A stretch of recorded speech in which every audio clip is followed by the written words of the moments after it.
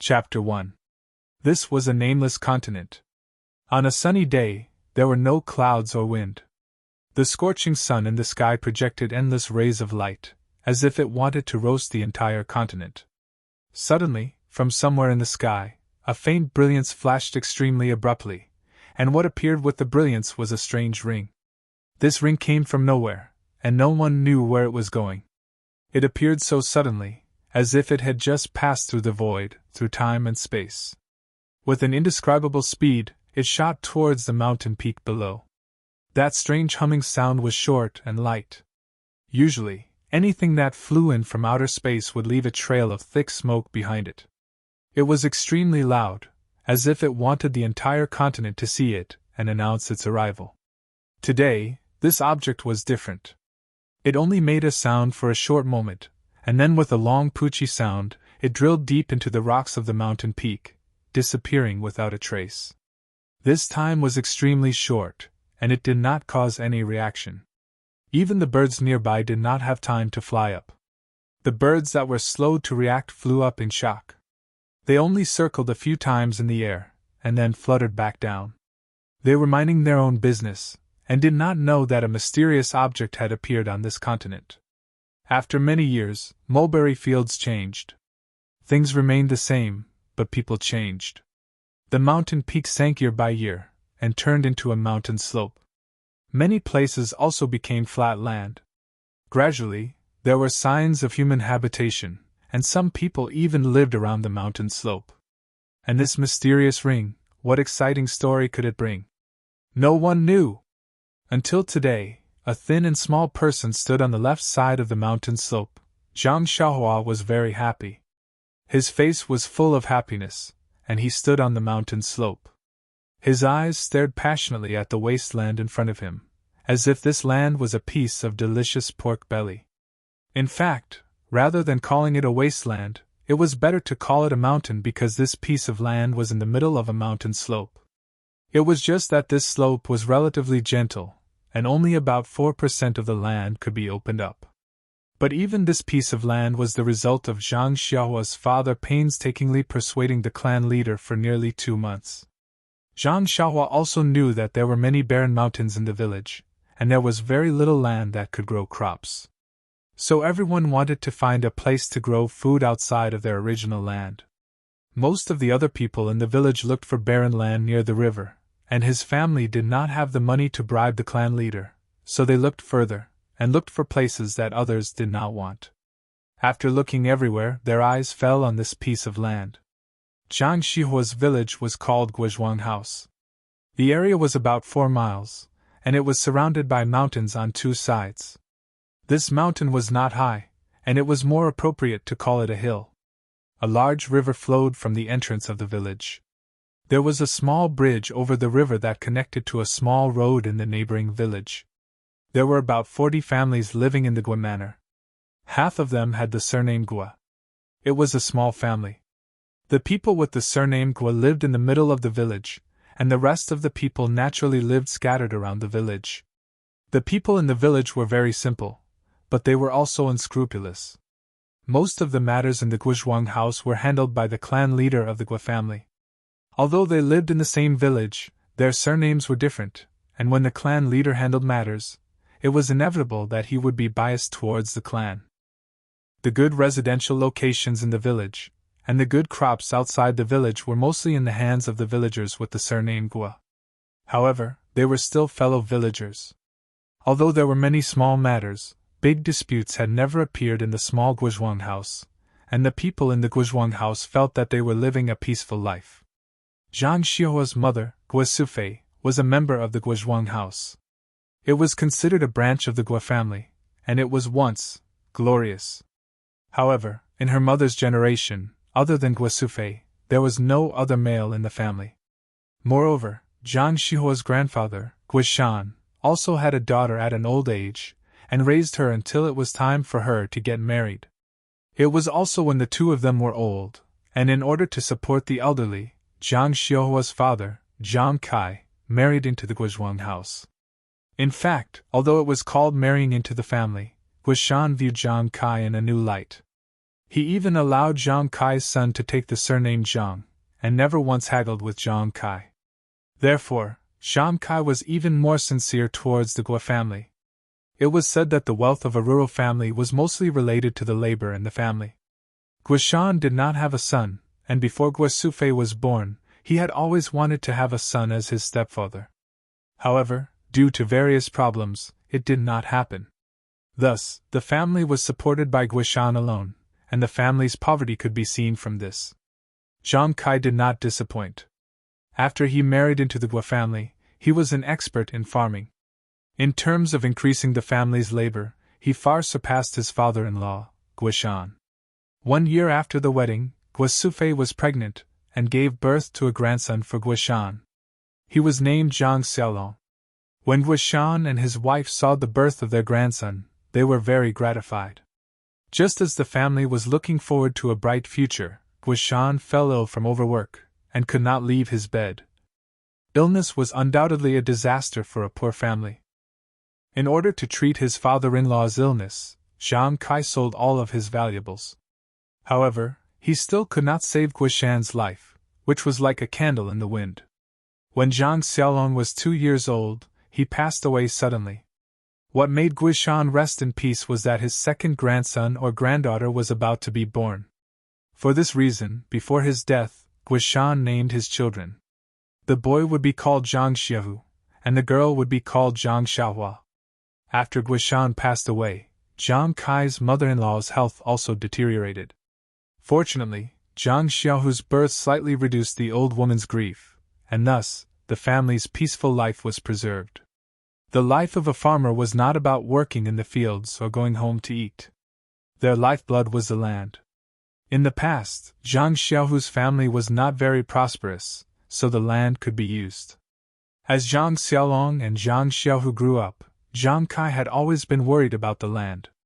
At the very beginning, he and his wife, Guo Sufei, took Zhang Xiaolong and Zhang Xiaohu to the patriarch's house to kowtow and pay their respects. Perhaps because of Guoshan's face, the patriarch gave them a small plot of land by the river, which could be considered as solving Zhang Xiaohu's urgent problem. Zhang Xiaohua was born when his eldest brother was 7 years old. At that time, the family already had 2.5 laborers, and the family's poverty situation was slightly alleviated. Speaking of Zhang Xiaohua's birth, it was quite magical. The weather was originally dry for more than 2 months, but on the night of Xiaohua's birth, there was a sudden rainstorm. The rainfall in the mountains increased sharply, and the small river outside the village did not even cross the small bridge. The scene was very frightening. When Guo Sufei gave birth to Xiaohua, she also saw a sky full of flying flowers. Therefore, Zhang Kai's expectations for Xiaohua were very high. When he was naming her, he even asked the teachers of the neighboring villages for reference. There were many names such as Zhang Jin, Zhang Yu, Zhang Xueyou, and so on. However, after picking and choosing, he was dazzled and did not know which one was better. In the end, when he thought of the sky full of flying flowers and his deceased father, Guo Sufei went against the objections of others and gave Zhang Xiaohua such a popular name. Although Zhang Xiaohua was a standard boy. At this time, Xiaohua was already 12 years old. Children of farmers always matured early. As early as a few years ago, Xiaohua had already been busy with the affairs of the farm with her father and 2 brothers. It was not that Zhang Kai did not think of sending the children to school to learn how to read and write. When they grew up, they would be literate and seek scholarly honors. However, Guo village was a small village, and there were not many scholars in the village. They could not afford a small school. The school in the neighboring village belonged to another big family, and the fees for Guo village's children were high. Xiaolong and Xiaohu could not think about it. At that time, the family was poor, and Zhang Kai wanted to but could not. When Xiaohua was young, he also sent her to school for a few days. According to the teacher, Xiaohua's aptitude was only average in the school. Even if she tried her best, she would only be literate. If she wanted to seek scholarly honors, it would be like the moon in the water. Zhang Kai weighed his wallet and looked at Xiaohua's thick eyebrows and big eyes. He gave up on his hopes and brought the children back to Guozhuang House, which was the main occupation of the farmers. However, Xiaohua's mother seemed to remember the auspicious omen of Xiaohua's birth. From time to time, she would ask the young literate people in the village to teach Xiaohua some things. Although Xiaohua liked to follow her brother to do farm work, her mother forced her to learn a lot of words. She could read some things, and she could be considered the literate person in the family. As long as it was related to words, Zhang Xiaohua would take care of it. Today was Zhang Xiaohua's first day of farming alone. Her father had told her yesterday that this piece of land was for her. It was a rice bowl that belonged to her. Although it was still a piece of land that did not show any signs of farming, Xiaohua remembered that a scholar in the village once said that once you have a goal, you can start. Once you have a start, you are halfway to success. Once you have success, you are not far away from your hope. And Xiaohua's hope was to eat a piece of pork belly to her heart's content. The November day was already the beginning of winter. The sun cast a bleak light and heat on the head. The mountain wind blew through the slope, causing the treetops to rustle. Everything showed the silent desolation. However, Zhang Xiaohua did not have the time to pay attention to these. He held the hoe and only blindly worked on this piece of land, working hard to reclaim the land. According to Zhang Xiaohua's plan, first, they would dig an oval or quadrangular boundary around the land in the middle of the hillside. Then, they would remove the mountain rocks in this piece of land, clean up the small stones, and then deal with the weeds. When it gradually grew into a large scale, they would cultivate the entire field carefully, laying a good foundation for planting seeds. Farming always took time. When Xiaohua finished cleaning up the surroundings and was ready to remove the large stones in the field, it was already noon. Xiaohua stopped farming and wiped the sweat on his forehead. He went to the field and took a jar of water prepared by his mother. He gulped down half of the water in the jar. Then, he stretched his body and patted his waist that had not been straightened. He felt a burst of comfort. Also, although he used to work with his father and brothers, after all, because he was the youngest, everyone did not let him do too much work. He did not feel too tired. Now that he was shouldering all the work, he knew the hardships. However, when he thought about his grandmother, his mother, his home, and his future, his heart felt that it was very worth it. Zhang Xiaohua learned to read from the young scholars. Although he was not serious, he often heard them talk about the future, life, love, and so on. He had some impressions. When he was working on weekdays and had nothing to do, he would occasionally think about his life. But soon, he would be defeated by reality, and bow his head to face the ground. Thinking about these at this moment, it was probably a daydream and a leisure time in the midst of work. Just when Zhang Xiaohua's imagination was running wild, his stomach kept growling. It seemed that it was time to eat. In the past, he would eat at home with his mother. Now, he was independent and started farming. When he came out in the morning, his mother said that the food would be sent to the field at noon. Looking at the time, it should be here. Sure enough, a voice came from the bottom of the hill. Xiaohua, come and help your mother. There was a steep slope from the bottom of the hill. It was very slippery. The last time he came to see the field, Zhang Kai fell. Zhang Xiaohua quickly replied, Mother, wait a moment. I will go down immediately. You don't have to come up first. When Zhang Xiaohua walked down the hill, he saw his mother. She was holding a bamboo basket and standing on the side of the road waiting for him. Zhang Xiaohua took the bamboo basket and carefully helped his mother walk up the hill. He let his mother sit on a stone and then lifted the cloth on the basket. Inside was a bowl of streaky pork and a few pieces of coarse flour steamed buns. Xiaohua sensibly asked his mother if she had eaten. His mother's answer was not unexpected. She had already eaten. Seeing Xiaohua wolfing down the food, Guo Sufei felt a little distressed. She said to Xiaohua, Eat slowly. Don't choke. Drink some water quickly. Mother, why did you suddenly make streaky pork? Xiaohua asked. Today is your first day working. Your father told me yesterday to make streaky pork as a reward for you. Xiaohua's mother lovingly looked at her youngest son and said, It's been hard on you. Xiaohua, You are only 12 years old this year. Look at the children in the neighboring village who are your age. They are still studying in school. You are working in the field alone. Didn't my eldest brother also work separately from my father when he was 10 years old? What am I doing? Moreover, this land is mine. My second brother shares a piece of land with my eldest brother. I can't be happier. Xiaohua saw that his mother was starting to nag and quickly asked, What about my grandmother? Did she eat streaky pork? Your grandmother is in her 80s. How can she eat this? I made millet porridge for her. Xiaohua's mother said. You only thought of your grandmother now after eating. Your grandmother was thinking about you all morning. Xiaohua scratched his head embarrassedly. It seemed that he really didn't think so much. Speaking of Xiaohua's grandmother, Guosufei's face was clouded over again. As the children grew up, the family's life gradually improved. However, Little Blossom's grandmother's health was getting worse and worse. Although 80 years old was considered a rare longevity for people in the countryside, who wouldn't want their elders to accompany them for a longer period of time? Recently, Xiaohua's grandmother was blind. Guosufei and Zhang Kai discussed getting a doctor to take a look. However, Xiaohua's grandmother strongly disagreed. She said that it was normal for someone so old to be blind. She didn't want to spend any more money on it. The couple couldn't stand the old lady, so they agreed. Now, the old lady worked hard at home every day. She fed the chickens and pigs in the dark.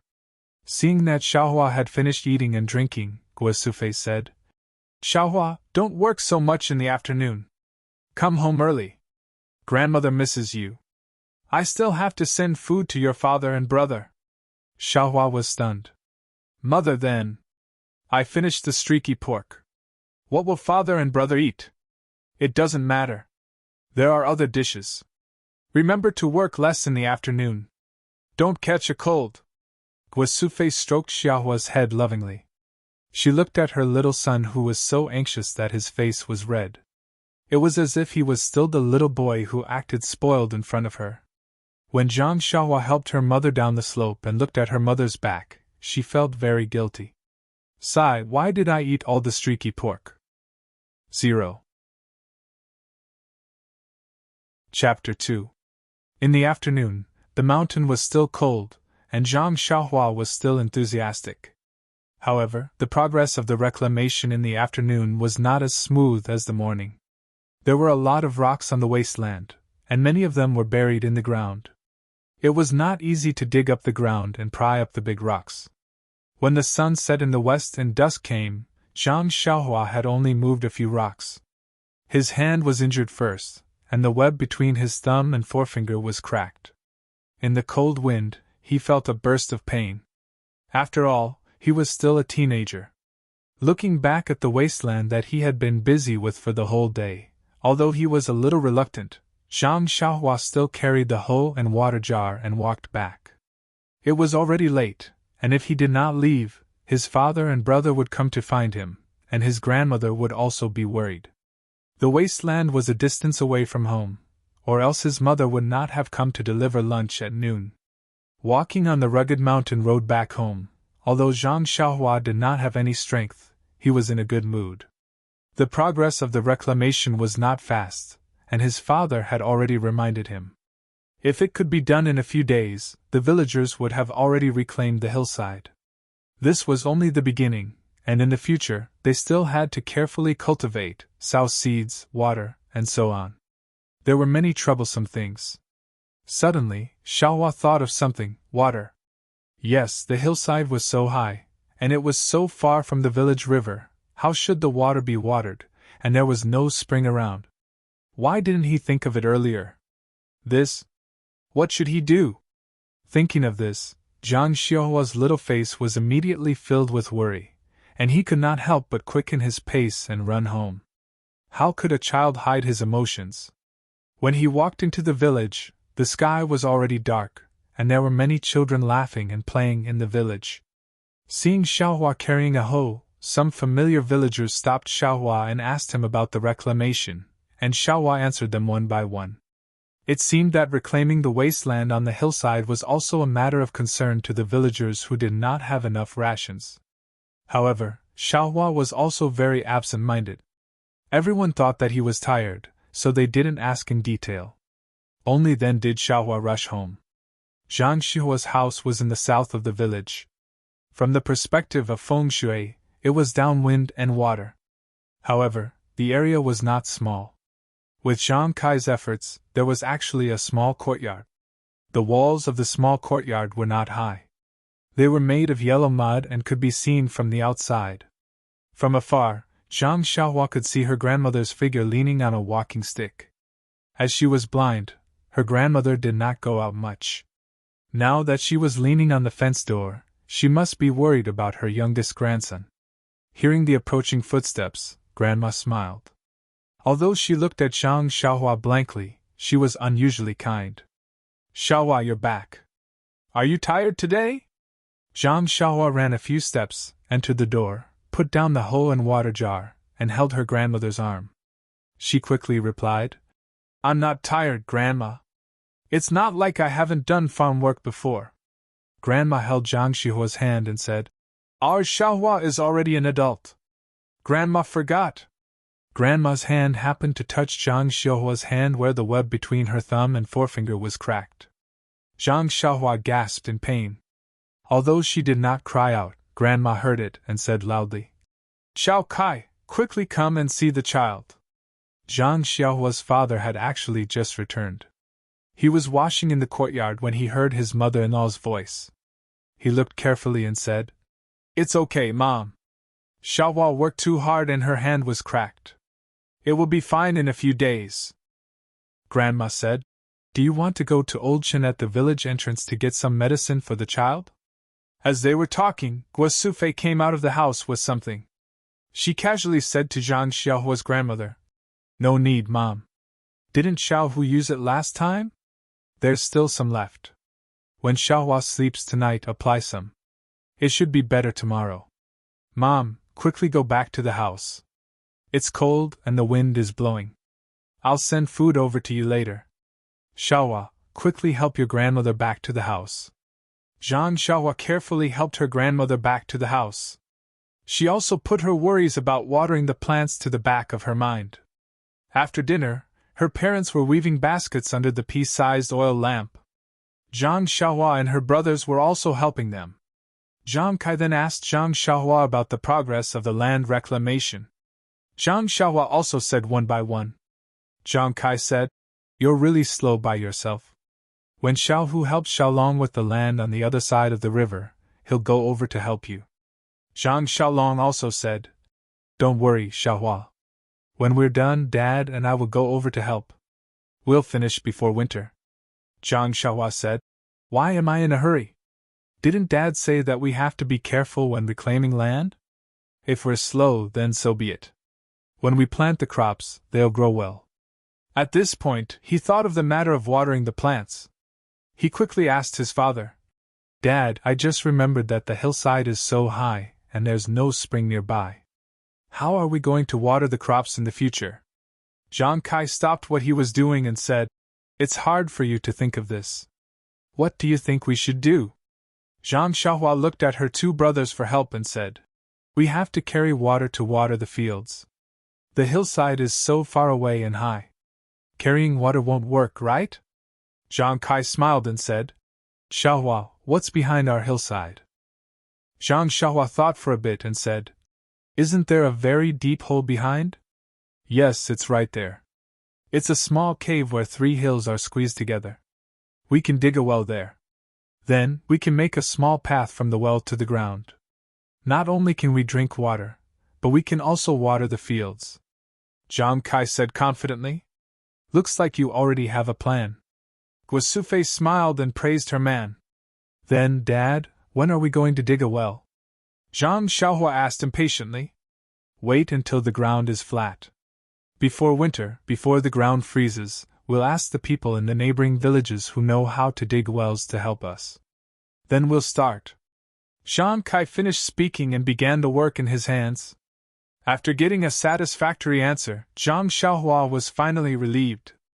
The family busied themselves with the work in their hands. After working for a while, Zhang Xiaohua was clearly exhausted. His eyes were blurred. Guo Sifei's heart ached for him, and she told him to go to sleep first. Zhang Xiaohua agreed, and woodenly walked over to the three brothers Kong. He threw himself into the shabby quilt and fell into a deep sleep. He didn't even notice that his mother was applying medicine to his hand at night. Just like that, a busy day passed in a hurry. In the next few days, Zhang Xiaohua was patient. He only focused on leveling his own land and didn't worry about the problem of watering. That night, Zhang Xiaohua finished clearing the weeds and smashing the big clumps of dirt. He was ready to call it a day and head home. On the way home, Zhang Xiaohua could not hold it in any longer. He could not help but think to himself. Seeing that his slope had become a flat farmland, all that was left was a fine plow to sow the seeds. When would the well be dug? As soon as he rounded the slope, he saw several wooden shelves rising from the deep recess at the bottom of the slope. Zhang Xiaohua quickly ran over and looked. Sure enough, there was a circular platform at the bottom of the hole. On top of it was a circular wooden board. Around the wooden board were 6 long wooden sticks. The bottom of the wooden stick was deeply inserted into the soil. The top of the wooden stick was in the shape of a tower. Zhang Xiaohua was so happy that he almost jumped up. He jogged down the hill and came to the bottom of the wooden shelf. There was no one at the moment. They probably went to rest after setting up the shelf. Zhang Xiaohua patted and touched here and there. It was very strange. How could they dig a deep well with just these few shelves? Just as Zhang Xiaohua was feeling strange, someone called out to him from the top. Xiaohua, where are you? It was second brother Xiaohu. Xiaohua quickly replied. I'm here. Second brother, come and see. We're ready to dig a well. Zhang Xiaohu also slipped down the hill. He pulled Zhang Xiaohua and said, Okay, I know. Big brother and I helped get these things here in the afternoon. Big brother said it was a surprise for you, so he didn't tell you. Right now, Mom and Dad are waiting for you to come back. Let's go quickly. The two brothers jogged all the way back home. The dining table was already set up in the small house. Dad and Big brother were sitting at the table, but they didn't see anyone else that they didn't know. Zhang Xiaohua couldn't help but ask, Dad, where are the people digging the well? Zhang Kai smiled and said, They all went back. Our family doesn't have much money. We promised them that they would only take care of lunch and not dinner. Also, our family members also need to help. This way, we can give less money. Zhang Xiaohua agreed and went out to help her mother prepare dinner. After dinner, Zhang Kai assigned tasks to everyone in the family. Zhang Xiaohua and his brothers were naturally to help out. Xiaohua's mother was in charge of cooking and delivering food. Zhang Kai had to buy materials and find people to help out, etc. In short, other than Xiaohua's grandmother, the whole family had to help out. Of course, Grandma had to look after the house and feed the chickens. Early the next morning, Zhang Xiaohua woke up early and rushed her two brothers, who were on the Kong bed, to dig the well together. However, Zhang Xiaohua's mother insisted that they eat something before leaving. She said that Zhang Xiaohua's father had already gone. Moreover, they had agreed on the time. If they went early, there wouldn't be anyone. The three of them didn't know how to dig a well, so it would be useless even if they went. Zhang Xiaohua could only be patient and accompany them to eat breakfast. When they came out to the hillside, the sun had already risen. Seeing that there were already a few people working in the cave, Zhang Kai hurriedly called them over to help. They moved some of the stones and soil that they had dug out to the side. Thus, everyone started working in full swing. After being busy for a few days, Zhang Xiaohua found that digging a well was a very simple thing. They just needed to find a place and pull out a frame to dig down. However, finding a good place and ensuring that the dug place wouldn't collapse required experience. For example, this wooden frame was necessary.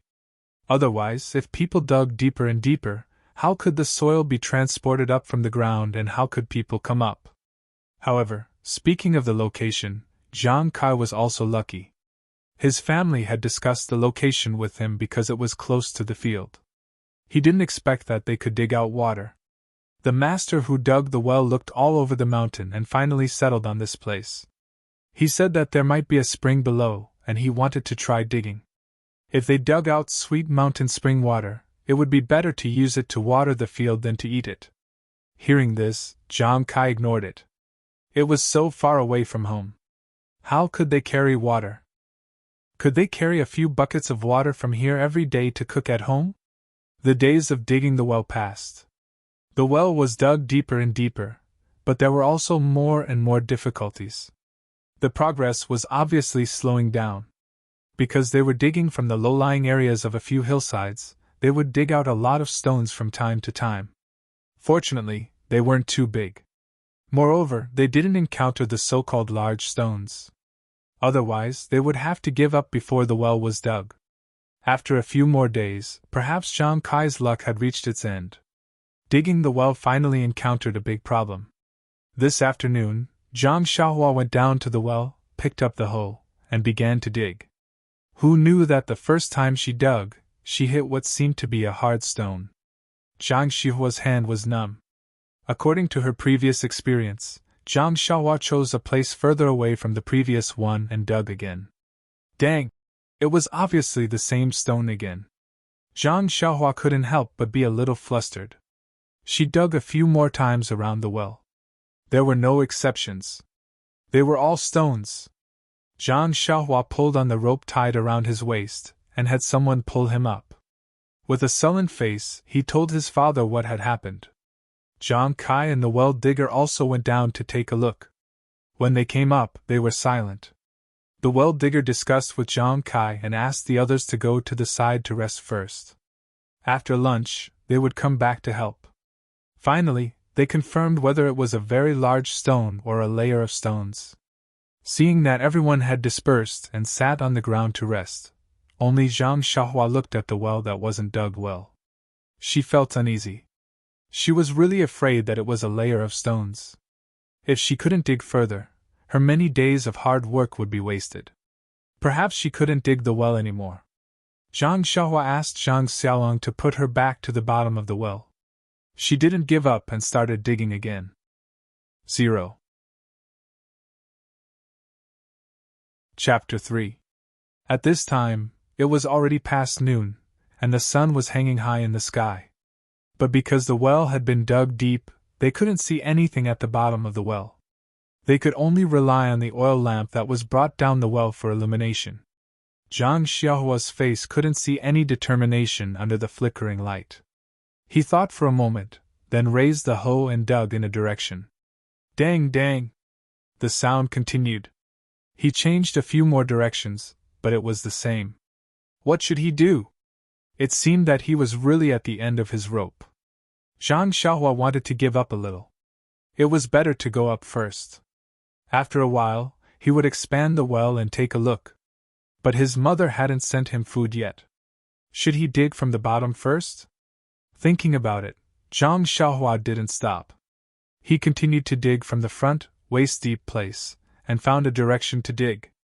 When he was digging, he suddenly heard a dang sound. Xiaohua couldn't help but be surprised. Another stone? But then he used the hoe again, and there was no more sound.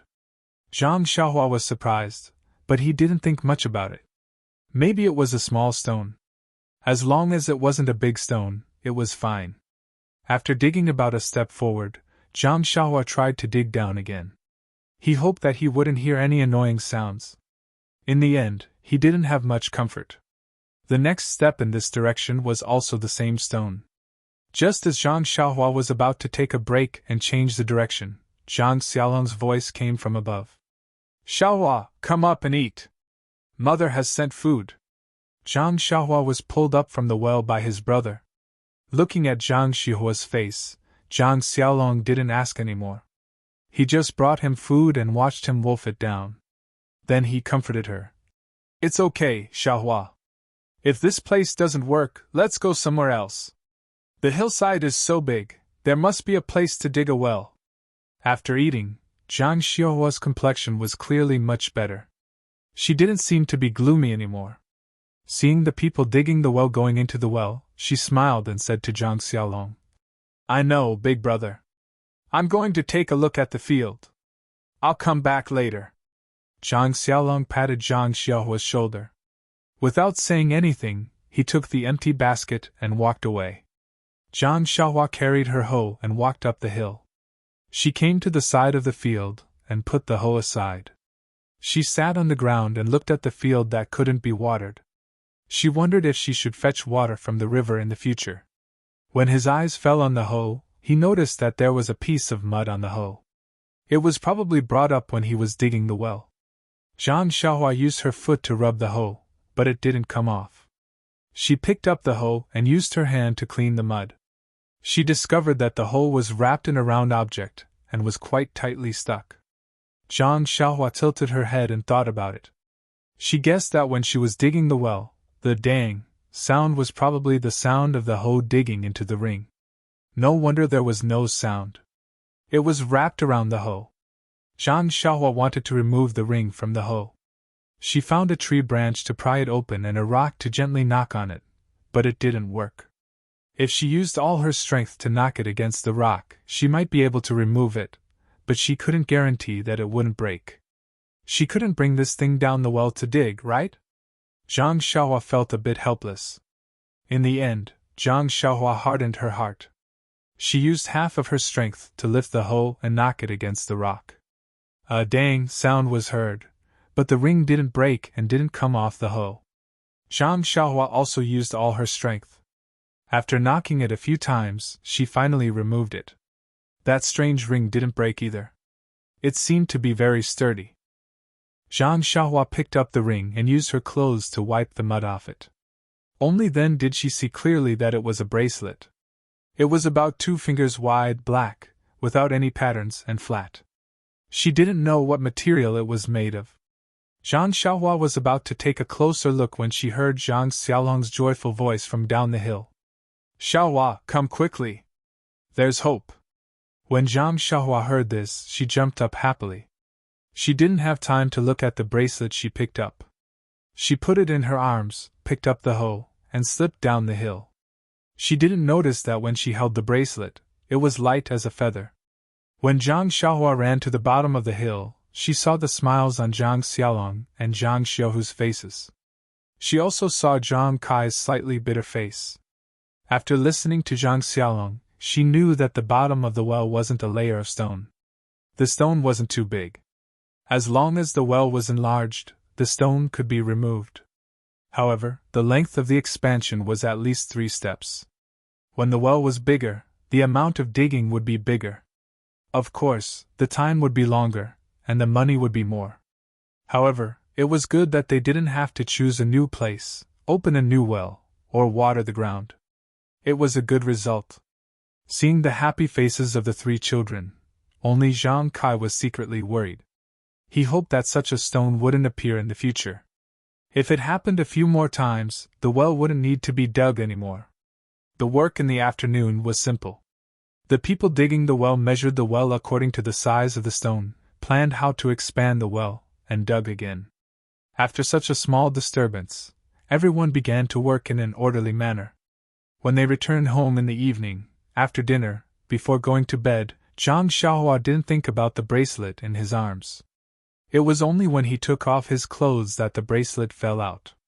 However, after a tiring day, he was too sleepy. He didn't think too much about it.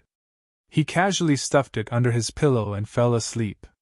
This night, everything in the Zhang family was the same as before. The oil lamps were extinguished early, and the wind blew the fence door and shook it. The withered grass on the yellow mud wall was also blown up and weakly waved. Only the moonlight from the sky shone through the window onto the shabby table and bedding. Everyone fell asleep. In the quiet night, there was only the sound of snoring. The only difference was Zhang Xiaohua. No, it should be Zhang Xiaohua's dream. His dream was no longer the streaky meat of the past, but full of flickering. It was like a kind of breathing, a radiance that stretched and relaxed, flashing and moving. On the morning of the first day, when the first ray of sunlight shone on Zhang Xiaohua's face, Zhang Xiaohua opened his eyes. He looked around doubtfully, but didn't see anything flickering. Only then did he know that all the flickering was a dream. He shook his head self-deprecatingly, and prepared to go back to sleep. However, at this time, he found that listening to his two brothers snoring, he seemed to be unable to sleep. He was 100 times more energetic, so he had no choice but to get up and get dressed. When Zhang Xiaohua walked into the courtyard, he saw his mother cooking on the stove in the courtyard, so he went to the well in the corner to draw water to wash his face. Guosufei saw Zhang Xiaohua come out and was very puzzled, saying, "Xiaohua, why are you up so early? You were tired yesterday, so sleep a little more today. There's still a while to work," Zhang Xiaohua said as he drew water. "I'm not sleeping, mother. I'm not sleepy. Moreover, you see, I've already rested. I'm full of energy now. I can break that stone with a shovel." As he said this, he put down the basin and made a gesture of hoeing the ground.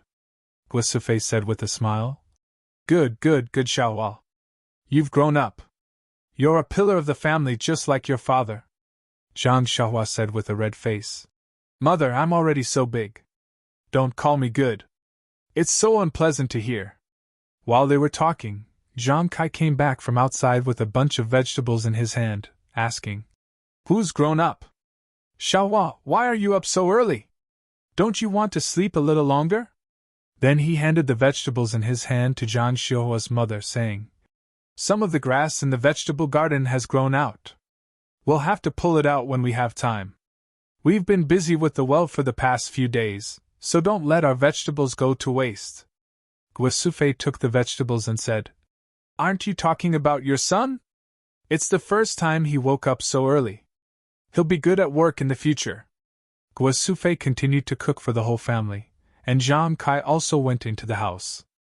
After Zhang Xiaohua finished washing his face, he had nothing to do, so he walked out of the courtyard. Although it was still early and winter was approaching, farmers couldn't stay idle. There were already many people walking around in the village. Some people were driving ducks and geese to the river, while others were gathering grass from the river to feed the chickens and pigs. There were also some people who had already carried hoes and were ready to go to the fields. Zhang Xiaohua walked on the small path in the village and felt that today was different from before. He couldn't tell what was different, but he felt that he was full of energy. There was a feeling of endless energy, or it could be said that every part of his body was full of energy. However, he didn't think too much about it. He just thought that he had slept well last night. When Zhang Xiaohua walked back home, everyone had already started to eat. He also hurriedly finished eating and followed his father and brother to continue digging the well. The next few days were peaceful. The surface of the well expanded, and they dug up the stones from the bottom of the well. The well also became deeper and deeper. When the piece was dug out, it looked quite flat and was cold to the touch. Zhang Xiaohua asked her two brothers to put it under the tree at the head of the field. They were going to use it as a bed to rest in between work during the summer. As for the bracelet, Zhang Xiaohua threw it behind his head and put it under the pillow. He had completely forgotten about it. However, his dream had already been replaced by streaky meat by Twinkle, but he didn't realize it. After a few more days, there was still no water in the well. At this time, Zhang Kai was a little worried. It was going to be winter soon, and the soil layer was about to freeze. Although the bottom of the well wouldn't freeze, it was not as smooth as before when they worked. That night, the family gathered together to do farm work after dinner. Zhang Kai frowned and discussed with Guosufei that if the well didn't water in a few days, they would probably stop working. They would talk about it again when spring came. At this time, Guosufei said, "Father, do you know that Mr. Wu's family in the neighboring village also bought a piece of land on the southern slope?" Zhang Kai said, "I don't know, but I heard that they are digging wells on the southern slope." Guosufei said, "It's that well. It's dug by Mr. Wu's family. Like us, it's also used to water the fields. Today, when I went to the river to pull grass to feed the chickens, I met Guo Quan's family at the entrance of the village. Didn't her sister-in-law marry Mr. Wu's brother? Guess what she said to me." "What did she say? Is the well already filled with water?" Zhang Kai asked in surprise. "Didn't they fill it later than us?" How can it be filled with water so soon? You think it's filled with water quickly? There's something worse than that, Guasufe said angrily. Hey, what's that? Not only was Zhang Kai interested, but the three brothers were also curious. They dug a well and dug out a small broken box, Guasufe continued. When the box was dug out of the well, it was broken by a hoe, revealing the things inside. Although it was covered with mud, you could still see the pearls and agates inside. Why don't we have such good luck? We dug out a broken stone the size of a bed before they did. Just when the family was sighing over Mr. Wu's family's fortune, Zhang Xiaohua remembered that he had also dug out something from the well. He said excitedly, Father, Mother, I also dug out a treasure from the well. Under the urging and eager gazes of his family, he took out the forgotten bracelet from under the bedding. Zhang Kai took it and examined it carefully under the oil lamp. He saw that it was a black, flat object made of an unknown material. Instead of calling it a bracelet, it would be more appropriate to call it a metal ring. He couldn't tell what it was, so he handed it to Guasufe. Guasufe took it, weighed it in her hand, and rubbed it with her fingers for a while. She said, It's so light. It doesn't look like it's made of jade, and it doesn't have any patterns. It probably isn't jewelry. It looks like a child's toy. Xiaohua, take it and play with it. Zhang Xiaohua took it dispiritedly and handed it to his two brothers, as if it was his fault that they didn't dig out the pearls and agates. The two brothers turned the bracelet around in their hands and handed it to Zhang Xiaohua. It seemed that no one was interested in this ugly thing, so Xiaohua could only keep it in her arms. Guasufe continued, Sai, if it's really a good piece of jewelry, we can consider keeping it and use it as a betrothal gift when we matchmake your eldest brother at the beginning of spring. This time, the emotions of the whole family were ignited again. Zhang Xiaolong would be 20 years old at the beginning of spring. It was time for him to find a girl and settle down. Based on their own impressions, the family began to argue with Zhang Xiaolong one girl after another. When the oil lamp went out, the family still wanted to continue, but for the sake of digging the well and doing farm work the next day, they could only go to bed on the Kong bed. Before going to bed, Zhang Xiaohua took out the bracelet from her arms and was about to put it under the bedding again when she changed her mind. What Mr. Wu dug out from the ground was a treasure. Mine is also a treasure. I have to take good care of it. But where should I put it? He thought about it and put the bracelet on his wrist. What a coincidence. It was actually a good fit on his wrist. When he waved his arm, the bracelet didn't slide up or down. Zhang Xiaohua was secretly delighted. This bracelet was simply tailor-made for him. Until he fell asleep, he didn't think about how he could put it on his wrist if it fits so well on his wrist without any gaps. Not to mention that the streaky pork in his dreams had long disappeared.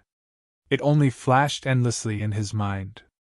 Qidian Chinese website www.qidian.com welcomes readers to visit and read.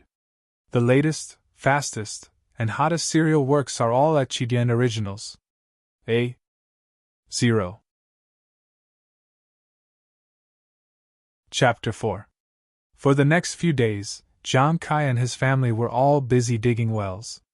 Fortunately, on the 6th day, the water that everyone had been looking forward to for a long time was finally dug out. Finally, they had completed a difficult task before winter, and everyone was relieved. Just as Zhang Kai was busy settling the wages of the well diggers, and Zhang Xiaolong and his two brothers were busy repairing the small path from the fields to the well platform, the gloomy winter clouds pressed down, and some salt being-like snow fell from the sky. The farmer's love-hate winter day had finally arrived. After the first snow, the cold wind became bitterly cold, and the new year was not far away. Zhang Kai was very satisfied this year. He had gotten an extra piece of land for his family, and dug a well. In the future, this land would not be afraid of drought, and if he took good care of it, it would be the main source of food for his family. Therefore, as the new year approached, he had already instructed Guasufe to prepare more New Year goods, so that the family could have a good New Year. His mother-in-law was getting old, and every New Year was a new year. Recently, his mother-in-law's health had been deteriorating, and she had been lying on the bed for half a day. He did not know if she could make it through the next New Year. Thinking of his parents, and how well his father-in-law treated him, he could not hold back his burning desire, and looked forward to a good New Year. It was easy to buy the New Year goods for the farmers. The so-called rich meant that there were many styles, but the quantity was limited. In fact, in terms of style, most of them were mountain goods that were dried on a daily basis, and only a few things were bought by Zhang Kai from faraway markets. Because of his mother-in-law, Zhang Kai had bought some food that they had not seen before this year, which made the three brothers envious, and they wanted to try it early in the new year. Guasufe, in addition to being busy with New Year's matters, spent most of her time in the village looking for relatives. Sometimes, she would go to the neighboring villages to inquire. What she cared about was her eldest son's marriage. However, looking at her sometimes gloomy and sometimes happy face, it felt that things were not going as smoothly as expected. Time passed quickly as the Zhang family was busy, and the new year was finally around the corner. On the first day before the new year, just as everyone was sitting around the stove, talking about the next year's harvest, the situation in the field, and Zhang Xiaolong's future wife, suddenly he heard a commotion outside the village. It was a mess outside. Could it be that bandits have come to rob the village? Zhang Kai's mind immediately came up with an idea. However, that shouldn't be the case. The Guozhuang house was very small, and the Guo family was also a small family. Every family was very poor, and the bandits who lived in the nearby mountains never came to this desolate place. There shouldn't be any reason for them to come today. Although he thought so, Zhang Kai didn't dare to be careless. He called the three children, took the hose and other iron tools, and carefully walked out of the house. The Zhang family's wall was half a meter high, so they could see the situation in the village at a glance. In the village, many people were gathering and talking, and some were running. However, they all knew each other. Although everyone looked a little panicked, they could still see a little bit of joy and gloat. Zhang Kai was puzzled. He ordered the three children to return to the house and put the weapons back. He then went out to gather information. Of course, the three of them didn't want to be idle. They also followed him out and mingled with the young people of the same age. There were many people in the village, standing or sitting in twos and threes. They were all talking about the same thing. Zhang Kai walked to a group of old men who were smoking and talking loudly. He saw blacksmith Lu, who he was familiar with. He patted him on the shoulder and said, "Old Lu, what's going on? Why is it so messy?" Blacksmith Lu was smoking silently. When he saw that it was Zhang Kai who asked him a question, he knocked the cigarette that he had just finished smoking on the ground. He filled a new pot with new cigarettes from the tobacco pipe and carefully lit it. He took a deep breath and then said in a dull voice, "Old brother, do you know about One-Eye who is 80 miles north of our village? The bandit who occupied Chichui Mountain?" Zhang Kai said, "I know, that's the biggest bandit within 100 miles of our village. How could I not know? However, they have always been active in the rich areas in the north. What's wrong? They ran over to our village?" Blacksmith Lu took another puff and said, "Yes, do you remember that some time ago, Mr. Wu from Xian Zhuang dug up a well and dug up a chest of treasures?" Zhang Kai suddenly realized. Could it be they? Zhang Kai didn't ask anymore. He already knew the reason. Wealth shouldn't be exposed. Such a conspicuous large sum of wealth was targeted by bandits. What good could there be? When Butcher Guo saw that Zhang Kai wasn't asking any more questions, he squeezed over and said mysteriously, "Not only that, Mr. Wu was still hoping for a fluke at first, saying that there was no such thing and refusing to admit it. One-Eye chased Mr. Wu's family of dozens of people into the ancestral hall and sent people to turn Mr. Wu's house upside down. In the end, they found a pile of treasures in the cellar and at the bottom of the well. One-Eye was furious that Mr. Wu had deceived him, so he burned down the Wu family's ancestral hall with a torch. Luckily, Xian Zhuang is slightly better than us. They are all poor people, so One-Eye didn't make things difficult for others. When these bandits left, they even made a fuss and told the villagers to be careful and not to report it to the authorities. Otherwise, they would bury everyone in Xianzhuang with them. Blacksmith Lu said, "Misfortune is a blessing in disguise.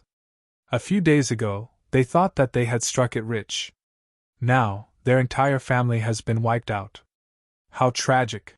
Butcher Gua continued, "They didn't wipe out their entire family. Mr. Wu's sister-in-law came back to our village yesterday to visit her parents. She didn't go back today and avoided a disaster. Didn't someone just report it? She just found out about the tragedy and sent people to investigate. Also, the person who reported it said that when the bandits left, they dragged a woman on a horse. They couldn't see her face clearly. She's probably Mr. Wu's daughter. The bandits took a fancy to her and took her up the mountain. Maybe she's the mistress of the village." Zhang Xiaohua and his brothers had been standing behind their father for a long time. When they heard what the villagers said, they felt a chill in their hearts for no reason. Usually, they didn't hear much about the evil deeds of bandits, but it was all just talk. They thought it was just a story. Now, it happened right in front of them. Mr. Wu was also someone that a few people had seen before. When they were young, he had even taught Zhang Xiaohua a few words. Now, he was gone. He was burned to a crisp. Although they didn't see it with their own eyes, it still made them feel sad and afraid. Zhang Xiaohua unconsciously rubbed the bracelet on her left wrist. She secretly thought, "Fortunately, what I dug out wasn't a real treasure. Even if it was, I wouldn't tell anyone to avoid bringing disaster to myself and my family. An ordinary man's wealth is his own ruin." Such a bloody truth was deeply ingrained into the young man's heart. The three brothers told Zhang Kai that they wanted to go to Xianzhuang to see what happened, but Zhang Kai didn't agree. After all, it was almost the new year. If they encountered a bloody disaster, it wouldn't be good for their luck in the coming year. Moreover, the Wu family in Xianzhuang was now scorched earth. The tragic scene made people afraid. It was estimated that the people from the government should have already arrived there. If they went, it might cause a lot of trouble. As they talked, the people in the village also dispersed. After all, other people's days had come to an end, but their own lives still had to be lived. The truth of each person only sweeping the snow in front of their door, even farmers understood. The sky was dark, and the new year was coming. It was better to tidy up their mood and busy themselves with their own affairs. When Zhang Kai and the three children returned home, he saw his mother-in-law and Gua Sufei warming themselves around the fire. He told them about what happened in Xianzhuang. When the two heard, they turned pale with fright. The two of them prayed to the heavens, hoping that the souls of the dead would be reincarnated as soon as possible. They also hoped that their family would never encounter such a disaster. Until the sky was completely dark and the house was lit with oil lamps, Zhang Xiaohua's grandmother was still muttering, "Misfortune is a blessing in disguise, misfortune is a blessing in disguise." It was also the new year, but this year's Guozhuang house was far less lively than before. Under the curtain of the night, only children were playing and playing with lanterns. Only they didn't know the dangers of the world and let their nature run wild. Most of the farmers were like Zhang Kai's family. After eating a sumptuous New Year's Eve dinner, tidying up the hard work of the past year, and looking forward to the sweet happiness of the new year, there was a trace of gloom in their hearts. When they thought about Mr. Wu's experience, and thought about this world where the strong preyed on the weak, it was inevitable that they would have the idea that they were fish on the chopping block. Looking at the vast world, they didn't know how to protect their family's safety. The New Year's Eve, which was supposed to be lively and noisy, passed quietly just like that. She didn't know whether the dreams of the other villagers contained happiness, joy, harvest, and sweetness, but Zhang Xiaohua only had a twinkle in her eyes. That twinkle seemed to have a trace of clarity.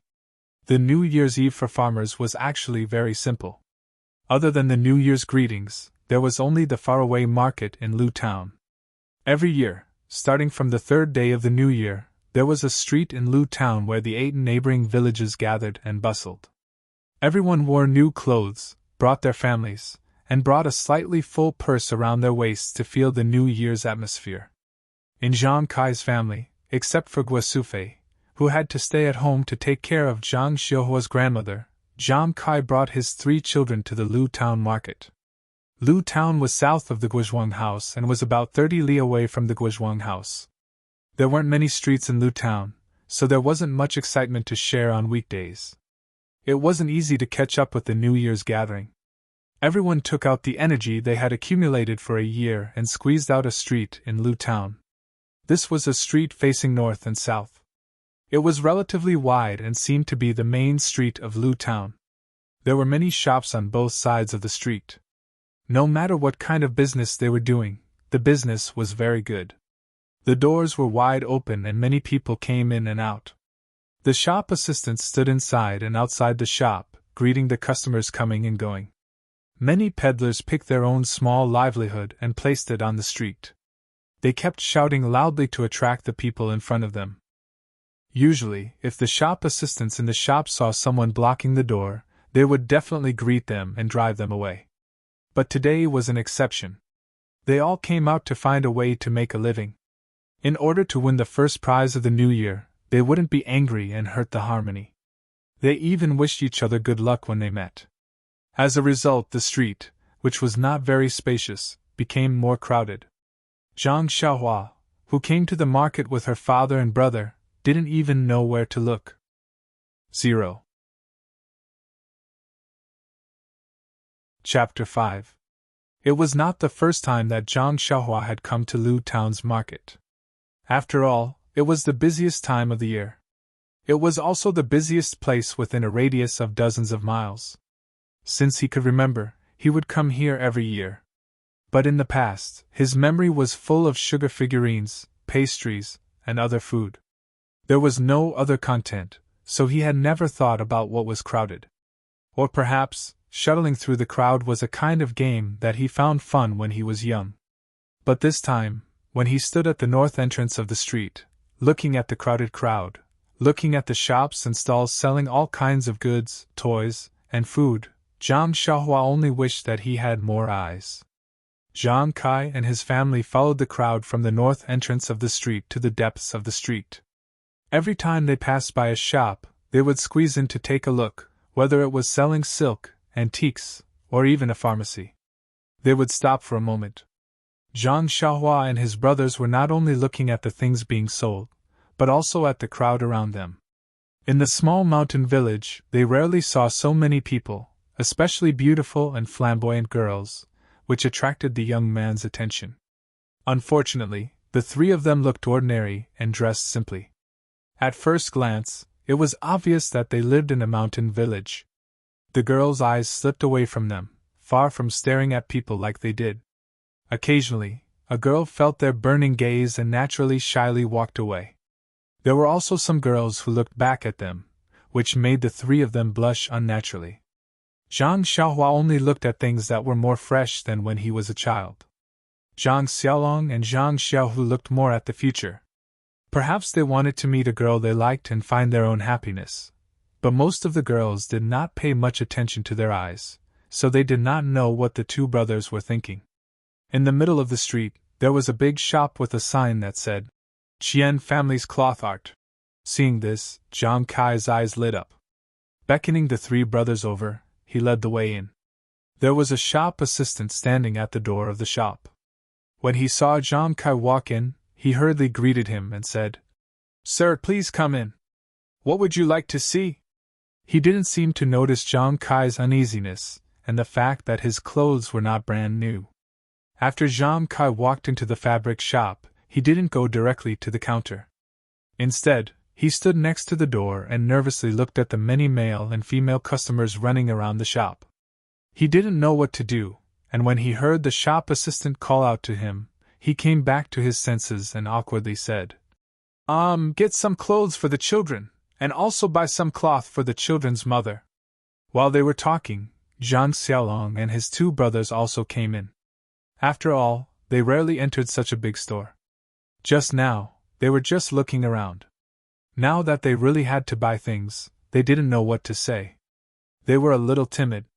The shop assistant, on the other hand, didn't seem offended at all. He continued to smile as he welcomed them and said, Then please come over here and take a look to see if there are any suitable fabrics. As he spoke, he brought them to a corner of the counter and showed them the fabrics on it. There were very few people at this corner of the counter. There were two groups of people who came first. One group was two young ladies who were looking down at the colors. The other group was a family of 3 with a child. They had also picked out the fabrics and were being wrapped up by the shop assistant.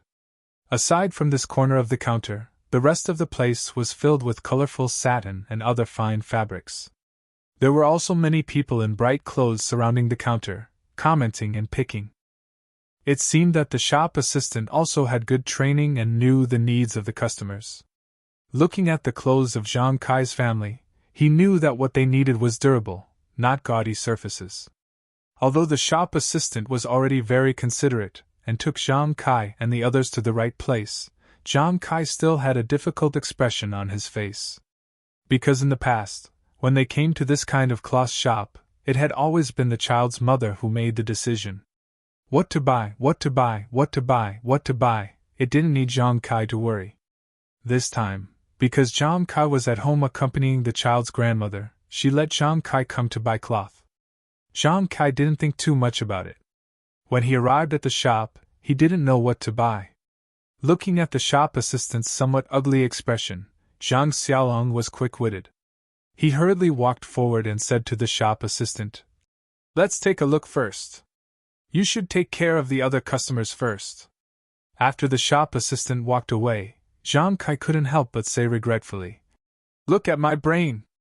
When I left, I didn't ask your mother what kind of cloth to buy. Now it's great. Us big men have to go back empty-handed." Coincidentally, the taller of the two girls who had just been choosing cloth just happened to walk behind Zhang Xiaolong and pick up a piece of navy blue cloth on the counter. When she heard Zhang Kai's words, she walked back to her companion's side. Her eyes looked at Zhang Xiaolong again, seeming to discuss something. Then she walked over and said to Zhang Kai, "This uncle, I want to discuss something with you." Zhang Kai said in puzzlement, "What's the matter?" "Mississippi," the taller girl said. "Uncle, I was just about to pick out a piece of clothing for my brother, but he didn't come over. I see that his figure is similar to this big brother's. I wonder if I can ask him to help me try it on." "I heard you say that there's no cloth and no one to use as a reference. In return, how about my sister and I also give you a reference?" Zhang Kai was overjoyed at the unexpected good news. He slapped his thigh and said, "Good, good." Thus, Zhang Xiaolong acted as a clothes rack for a while and helped the two girls try on several pieces of clothing before buying something they were satisfied with.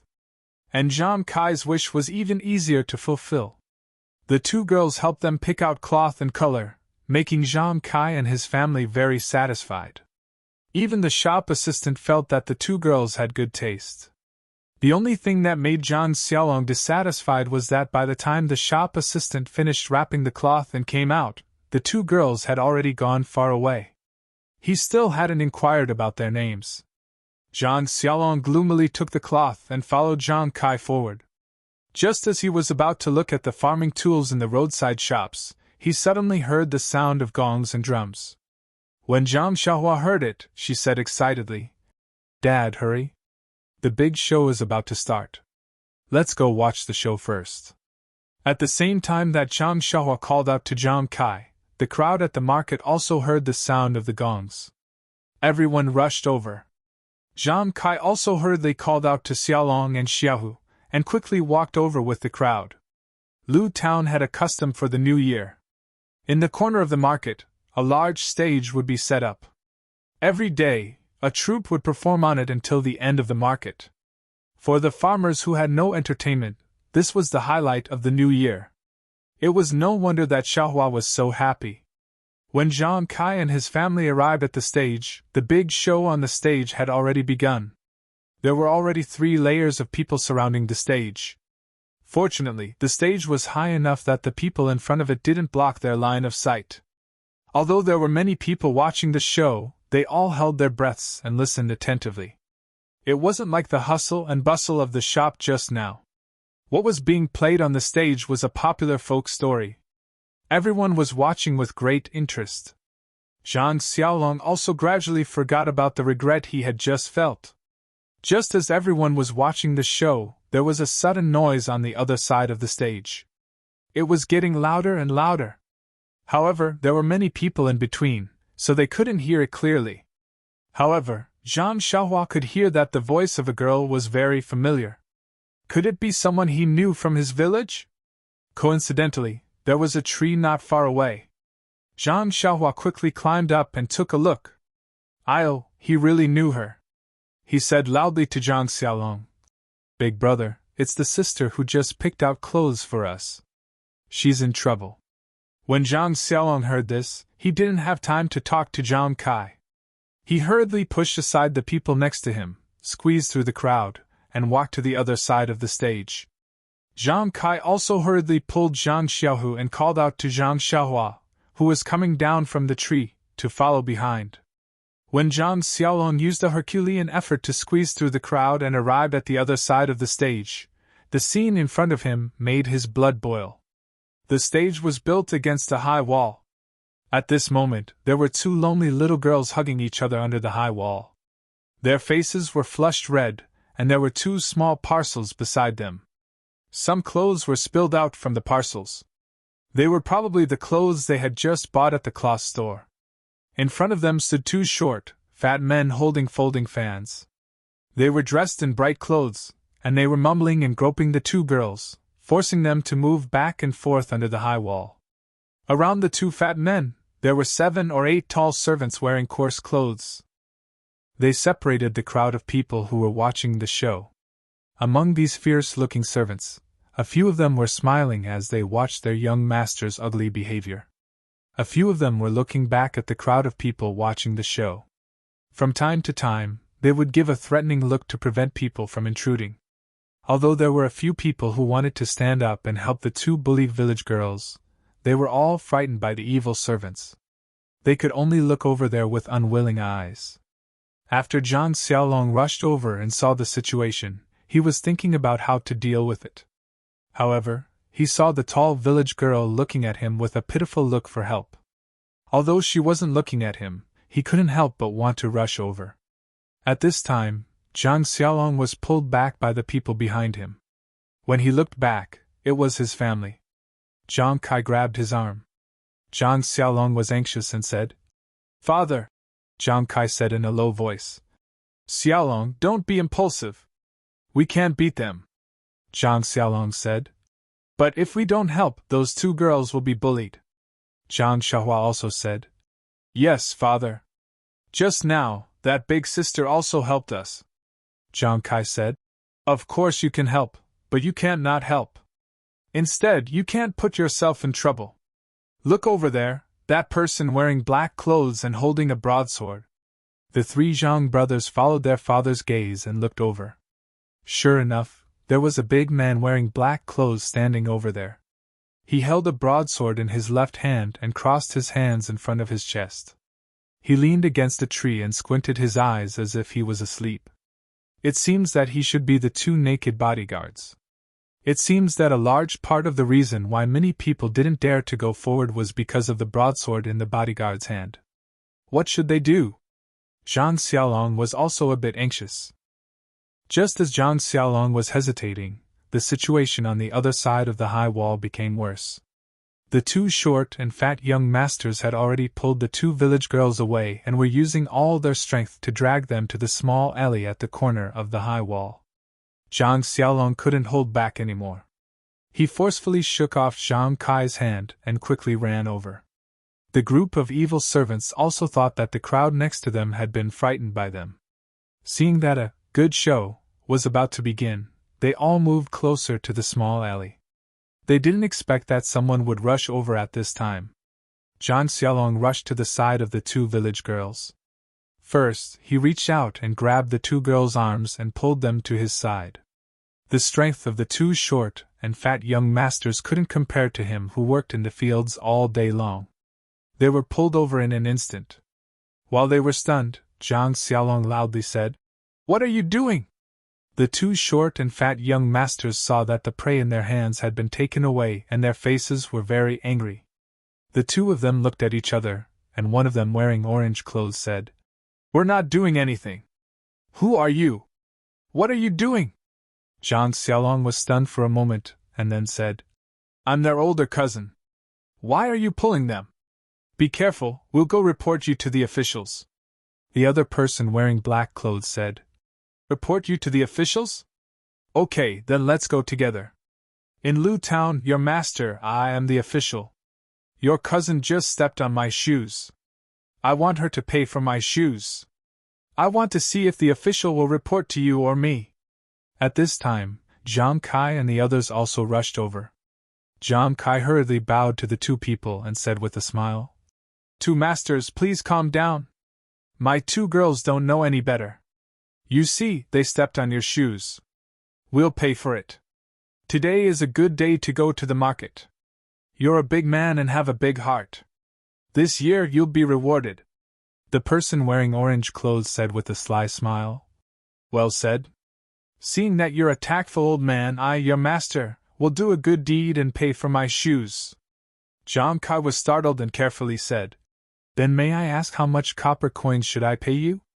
The person wearing orange clothes stretched out a palm. Zhang Kai let out a sigh of relief and said, So it's 5 copper coins. I'll give it to you. Zhang Kai took out 5 copper coins and handed it over. The person wearing orange clothes didn't even look at the 5 copper coins in front of him and slapped them to the ground. He fiercely said, You country bumpkin, you think these are your straw sandals? Your master's shoes are only worth 5 copper coins. Listen carefully, 5 taels of silver. Zhang Kai thought this was bad and immediately said with a smile, Master, you must be joking. My family's annual food rations are only 3 taels of silver. Are your shoes worth that much? The person wearing black clothes said, You little old man, are you suspecting that we're lying?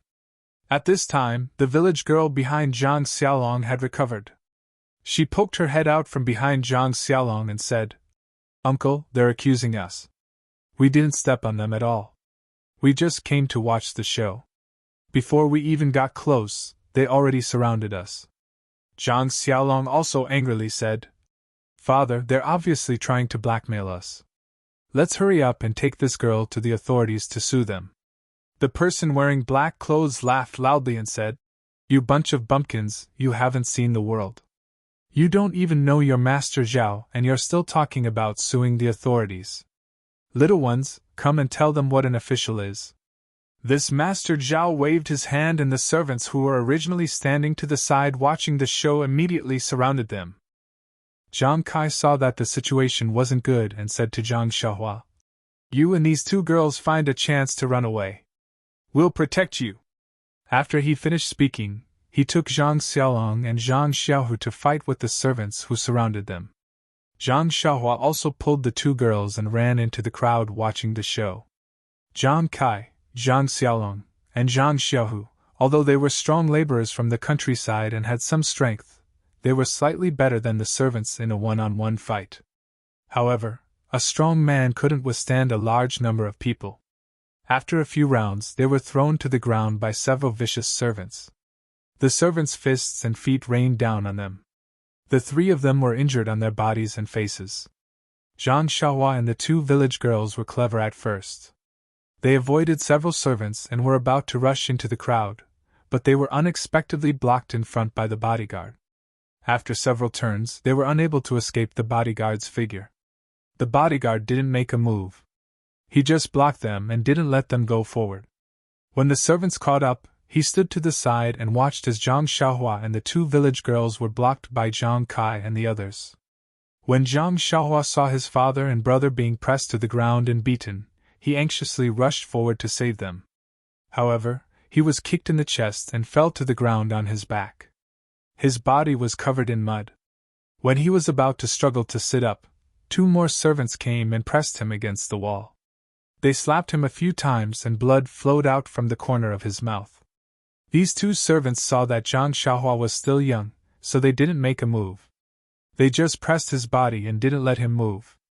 No matter how Zhang Xiaohua struggled, he couldn't break free from the 2 strong men's hands.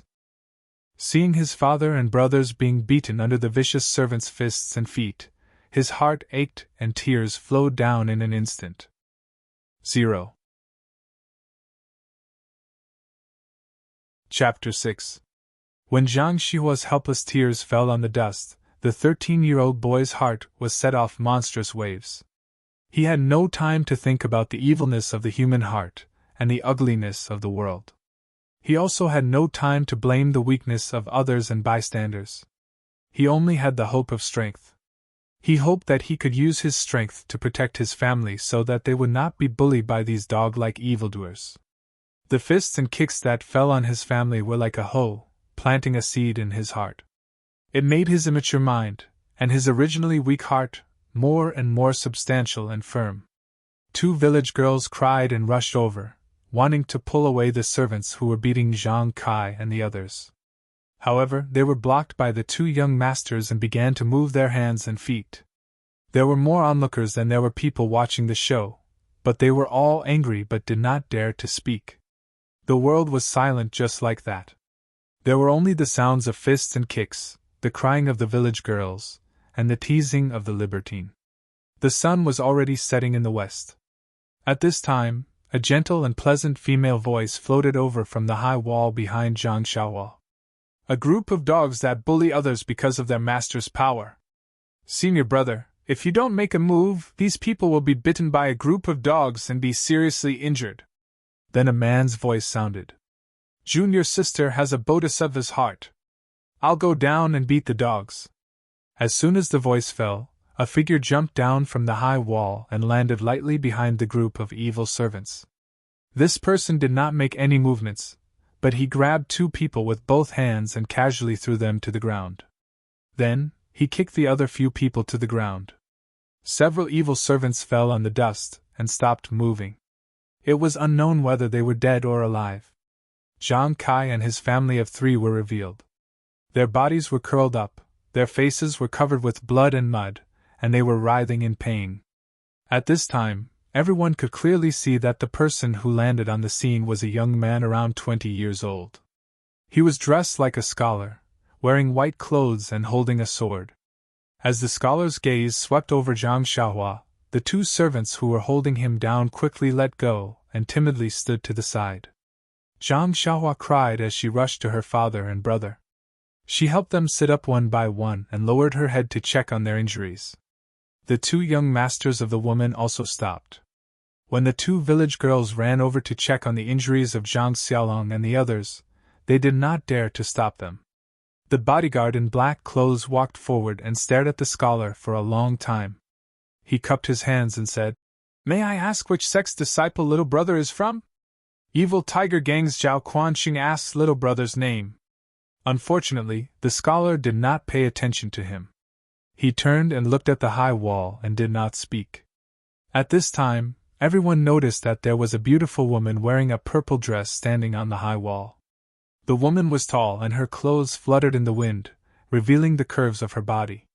Unfortunately, her face was covered with a veil, making it impossible for people to see her true appearance. However, her high and mighty heroic bearing made it difficult for people to approach her. The woman in the purple dress jumped down from the high wall and walked with gentle steps to stand in front of the white-clothed scholar. She stood shoulder to shoulder and did not salute. Her pleasant voice rang out again. "Evil Tiger Gang, what a great reputation! Is it used to bully men and seize women? I don't know what Sityu is doing." When Evil Tiger Gang's Zhao Quanxing first heard this, his expression was somewhat ugly. He even tightened his grip on his sword. However, when he heard the last part, his expression changed greatly. He had already let go of the sword in his hand. When the woman finished speaking, he immediately cupped his hands and saluted again. He respectfully said to the woman, "This one is a disciple of the gang's Black Tiger Hall. I have been ordered by the hall master to protect the young masters of the guard. Since this lady is acquainted with our gang master, please forgive me if I have offended you." "Acquainted with your gang master? You sure know how to take advantage of the situation. We have been watching for a long time and have seen all of your actions. Although you have the responsibility of protecting him and did not make a move, it is hard to avoid suspicion that you are aiding the evildoers. Just the 2 dog heads that you are protecting, preying on the common people and raping women. I have long since found them an eyesore. If I don't teach them a lesson, it is hard to guarantee that they won't treat human lives like grass in the future," the white-clothed scholar said with a smile. When Zhao Quanxing heard this, he could not help but frown. He raised his voice and said, "Although the two of you are old acquaintances of my gang master, you have not revealed your identities and have instead interfered with my gang's affairs. Forgive me for not being able to comply." When the woman heard these words, she could not help but chuckle. She said, "You dog, you still dare to quibble? If I don't teach you a lesson, you won't be satisfied." When she finished speaking, she was about to step forward. The white-clothed scholar hurriedly stopped her and said in a low voice, "Junior sister, it is the new year. We are here to watch the fun. If we act rashly and see blood, it will be inauspicious. Moreover, we still have other matters to attend to. But you see how hateful these two dog heads are. Also, the villager who helped out just now was beaten so badly by them. If I don't get justice for them, my heart will not be at ease," the purple-clothed woman said resolutely and decisively. The white-clothed scholar pondered for a moment before saying, "Junior sister, you don't know much about the dangers of this world. Although we've punished these bullies today and helped them vent their anger, we won't be staying here for long. Once we leave, these bullies will find the villagers to vent their anger and maliciously retaliate. Then wouldn't our kindness not only fail to receive a good return, but also bring a terrible disaster to these innocent villagers?" The purple-clothed woman immediately narrowed her almond eyes and said sternly, "I don't believe that the bullies of this remote town have any power. If it doesn't work, I will tell my uncle and send troops to flatten this place." Her voice was loud and was heard by the bodyguard. His heart trembled. He knew that these words were probably not meant to scare him. He thought that if he did not handle this well, it would be difficult to guarantee that he would not be in trouble. Thus, he immediately stepped forward and asked in a warm voice, "Two Xiaoxia brothers, today this Xiao was wrong and I apologize again. I will go and persuade the two young masters. I would also like to ask the two of you to tell us your names so that we can bury the hatchet. After all, we are all trying to make a living in the Jianghu." The purple-clothed woman thought about her companion's words and felt that it made sense. When she heard Zhao Qianxing's words, she turned around and ignored him. She went over to Zhang Kai's side to check on their injuries. The white-clothed scholar then took out a small token and handed it to Zhao Quanxing. Zhao Quanxing took the token and looked at it carefully. It was as if he had been electrocuted. With an even more respectful attitude, he handed the token back to the white-clothed scholar with both hands. He turned around and ran over to the two short fat men who were at a loss. He whispered in their ears for a while. The two men's faces became even more unsightly and even somewhat pale. They trembled as they walked in front of the white-clothed scholar, and bowed their heads in apology. The white-clothed scholar smiled and shook his head. The corner of his mouth slanted towards the purple-clothed woman. The two men could only walk back to the purple-clothed woman's side and continuously bow and beg for forgiveness. The purple-clothed woman also had a look of indifference, and showed no signs of relenting. The two short fat men were also clever. Seeing that there was no effect, they immediately turned to Zhang Kai's family and the two village girls to beg for forgiveness. Farmers were naturally not very shrewd. The fat man only said a few words and the village girl and Zhang Kai's faces relaxed. Only Zhang Xiaohua kept a straight face and didn't say anything. There was only coldness on her face. The village girl looked at Zhang Kai and Zhang Kai nodded. Only then did she say to the purple-clothed woman, "This sister, you see." The purple-clothed woman said, "You don't need to look at my face. I'll listen to you." However, the death penalty for these two fat men can be forgiven, but punishment is inevitable. Have them pay 200 taels of silver to treat your injuries. As for you two dog heads, if you dare to cause trouble for them again and I find out, be careful of your dog lives. When the two fat men heard this, they were overjoyed and immediately agreed. They even said that they wouldn't dare in the future. They took out a few banknotes from their pockets and didn't even count them. They quickly stuffed them into Zhang Kai's hands. Then, they didn't dare to leave. They anxiously looked at the purple-clothed woman and waited for her to say, "Scram." Only then did they dejectedly run back to the black-clothed bodyguard. When the white-robed scholar saw that they had returned, he didn't say anything. He walked over to the servants who had been kicked to the ground by him, and gave each of them another kick. Only then did these people stand up and gather around the two fat men. When Zhao Quanxing saw that the matter had come to an end, he didn't dare to say anything else. He cupped his hands in salute to the two people and quickly left with the group of people. After they left, the surrounding people who were watching the show also came over. However, they still looked at the man and woman in awe, not daring to come closer. The white-clothed scholar walked over to Zhang Kai and the others and asked, "Can you still walk?" Zhang Kai replied, "Benefactor, we can walk." The white-clothed scholar said, "Then let's leave here first. Put away the banknotes in your hands. We'll talk when we're outside the town." After saying this, he and the purple-clothed woman left first. Zhang Xiaohua and the two village girls each supported one person and followed them out of Lu Town. Zhang Kai's group looked very strange and aroused everyone's curiosity. The man and woman in front were dressed gorgeously. The woman even wore a veil. The people behind them were obviously farmers. Moreover, 3 of them had bruises on their faces. Their clothes were tattered and there was still blood on their faces that hadn't been wiped clean. There was also a young man whose injuries weren't as serious as the others, but his cheeks were also swollen. The corner of his mouth was broken and his clothes were also dirty. Although everyone's eyes were staring at their backs, when they saw the swords in the young man and woman's hands, no one dared to stop them and ask questions. No one dared to follow them to see what was going on. There was a small stream half a li east of Lu Town. Zhang Kai and the others stopped here. The man and woman in luxurious clothes walked to a tree by the stream. Zhang Kai and the others walked to the stream and washed the blood and dirt off their faces and bodies. Fortunately, during the conflict just now, the servants didn't use their weapons. Although they were heavy-handed, Zhang Kai and the others didn't suffer any serious external injuries.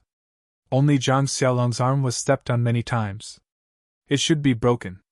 As for whether or not there were internal injuries, they didn't know.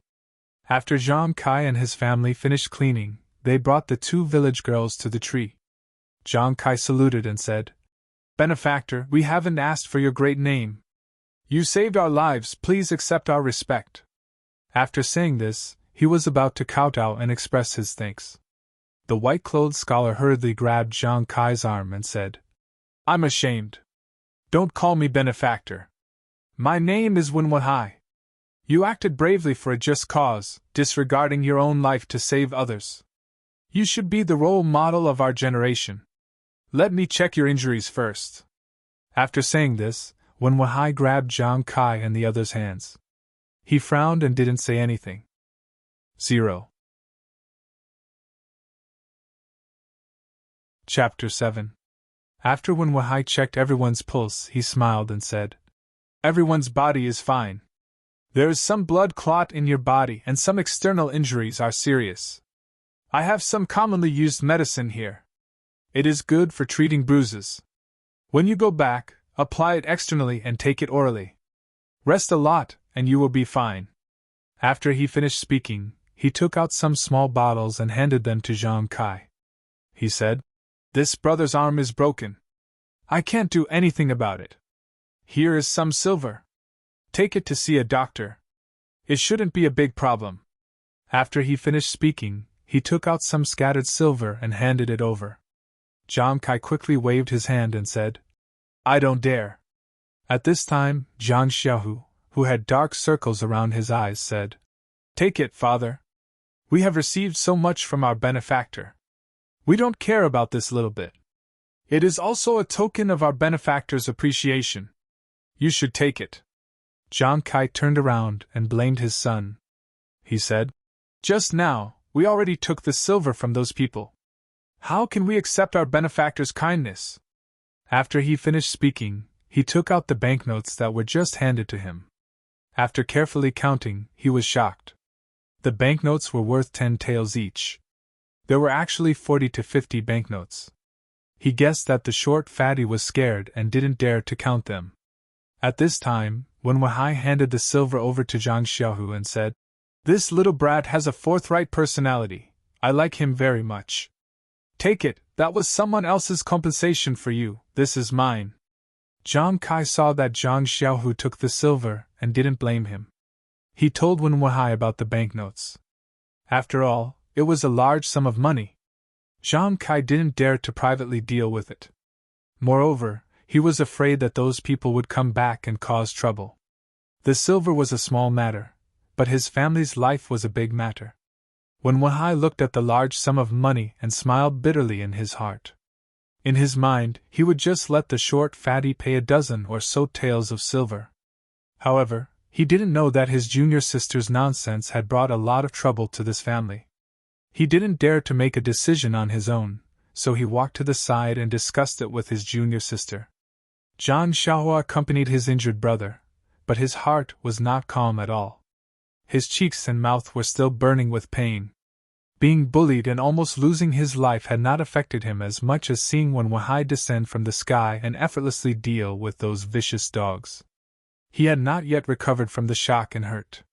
His eyes were fixed on the sword in Wen Wahai's hand, and the seed in his heart seemed to be quietly sprouting. The two village girls stood behind Zhang Kai, not knowing what they could do to express their gratitude. They originally wanted to thank the purple-clothed woman, but seeing her unapproachable appearance, they didn't dare to approach and could only watch from afar. The result of Wen Wahai's discussion with his junior sister quickly came out. His junior sister took out a small token from her silk pouch and handed it to him. Wen Wahai didn't take it and said a few more words, but it seemed that he didn't convince her. He shook his head and reached out to take the token, then turned around and walked in front of Zhang Kai, saying, "Uncle, you should keep this large sum of money for yourself. Even if we take it away, if they chase after you, you won't have any way to return it to them. This is our sex keepsake, given to you by my junior sister. If they come to ask for the silver taels, you can just return the banknotes to them. The scattered silver taels I gave are enough for you to heal your injuries. But if they have other ideas, you can bring this keepsake to the Lotus Flower Escort Agency's outpost in town and look for their manager. Just say that the owner of the token asked you to look for them. If there's anything, just tell them." After she finished speaking, she handed the token in her hand to Zhang Kai. Zhang Kai carefully received this life-saving token and looked at it carefully. This was a black token about 3 inches in size and was very heavy to the touch. He didn't know what material it was made of. On the surface there were 2 strangely drawn words that Zhang Kai didn't recognize. Beside the words there were many strange patterns. On the back of the token there was a word, Qin, that Zhang Kai could recognize. It should be the symbol of Wen Wahai's junior sister. Zhang Kai cautiously kept the token in his bosom and pinched it a little worriedly. After confirming the existence of the token, he heaved a sigh of relief in his heart. Wen Wahai waited for Zhang Kai to keep the token before she cupped her fists and said, "Everyone, we still have important matters to attend to. We won't be escorting you back to the village. In the future, if you have the opportunity to come to Pingyang City, please come and find me. We'll meet again someday." After she finished speaking, she didn't wait for Zhang Kai and the others to speak. She turned around and left with the woman in purple. Looking at their figures, they seemed normal, but in reality, they were very fast. In the blink of an eye, they disappeared from Zhang Kai and the others' sight. From the beginning to the end, the woman in purple didn't say a word to them when they left Lu Town. She also didn't take off her mask, so Zhang Kai and his family didn't even know her name or what she looked like. They only knew that she spoke very pleasantly. After the 2 people had walked far away, Zhang Kai and the others finally retracted their gazes. Zhang Xiaohua muttered, "Those 2 people ran so fast." Zhang Xiaohu said, "You don't know, right?" "Xiaohua, this is the legendary Qinggong." Zhang Xiaohua asked, "You've seen it before?" Zhang Xiaohu said, "I haven't seen it before. I guessed it. You didn't see that they didn't run, but they ran faster than running. They were also holding swords. I guess it's Qinggong." Zhang Xiaohua blinked and didn't ask any more questions. The 2 village girls walked over and bowed to Zhang Kai to express their gratitude. Thank you, Uncle, for saving our lives. If it wasn't for Uncle, we. As the two spoke, tears welled up in their eyes. They were still afraid of what had just happened. Zhang Kai waved his hand and said, We're all farmers. It's only right that we help each other. Let's not talk too much. Let's leave this place first. After a long time, it's inevitable that people will come over. Which village are you from? The taller village girl said. We live in Baligo. My name is Lu Qian and this is my cousin Lu Yeye. Zhang Kai pondered for a moment and said, Baligo is to the west of Lu Town. If we want to go back, we'll have to pass through the town. In this situation, it's better not to go into the town. If we go around the town, it's getting late, and we probably won't be able to reach home before dark. Miss, we live in the Guizhuang house. It's to the north of the town. Why don't you stay with us for the night, and we'll send you back tomorrow? Lu Qian looked at the sky and said, Then we'll have to trouble Uncle. Everyone got up. Taking advantage of the fact that it was still early, they dragged their injured bodies and hurried on their way. They wanted to reach home as soon as possible. 30 li was not a short distance for Zhang Kai and the rest who weren't injured. Moreover, they had to go around the east of Lu Town. Needless to say, the journey was difficult. By the time they reached the Guizhuang house, the sky was already dark. Zhang Kai originally wanted to go through the small bamboo forest next to the village so as not to attract other people's attention. However, looking at the sky, it wasn't necessary. In the dark, the Guizhuang house was no different from before. There were few people on the small path in the village. Occasionally, people would pass by, but they wouldn't pay too much attention to them.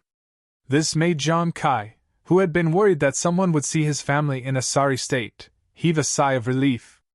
It wasn't until he walked to the gate of his small courtyard and saw the figure of his child's mother under the light that he was completely relieved. When the group of people pushed open the gate and walked into the house, the scene in front of them shocked Guosufei, who had stood up when she heard the door open. She immediately went forward to support Zhang Kai and said anxiously, Husband, what's going on? She helped Zhang Kai to a chair and then hurried over to see the child. Son, is everything okay? Finally, she saw that there were two girls she didn't know. She didn't dare to ask and looked at Zhang Kai in confusion. Zhang Kai smiled bitterly and said, The child's mother, it's nothing serious. I can't explain it clearly in a short time. This child is called Lu Qian and that one is called Lu Yeye. They are from Bali Valley. You and Xiaohua take Xiaolong to Old Chen to have his arm checked first. We'll talk about it when we come back. Oh right, let Xiaolong and Xiaohua wash their faces first. Just say that they fell down from a tree. Guosufei was puzzled. She quickly fetched hot water from outside for the two brothers to wash up. She wanted to get water for Zhang Kai and the others, but she was stopped by Zhang Kai and urged to treat the child's injury first. Lu Qian also wanted to follow, but she was stopped by Zhang Kai. Old Chen was an old veterinarian at the Guizhuang house. He had stayed at the Guizhuang house for a lifetime. His medical skills were not bad. Usually, not only did he treat animals, but many people also came to see him when they had a headache or fever. At this time, Old Chen stayed in his house and asked the child's mother to boil a pot of wine for him. Just as he was about to drink by himself, he heard someone anxiously knocking on his door. The voice was very loud. He guessed that someone in the village was sick. He had to put down the wine cup in his hand and get up to open the door. Old Chen opened the door and saw Guosufei and her children. He smiled and said, Sister, why are you knocking on the door so late? Did the little guy eat too much and have diarrhea? Guosufei carefully helped Xiaolong into the door and said awkwardly, Boy's uncle, Xiaolong and the others were playing on Dongpa tonight. They accidentally fell down from a tree and fractured their arm. They just came back, so I hurried over.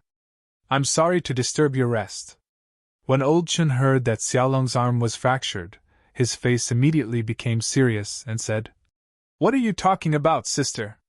It's a serious matter for the child. I have to get up no matter how late it is. Quickly come in and let me take a look.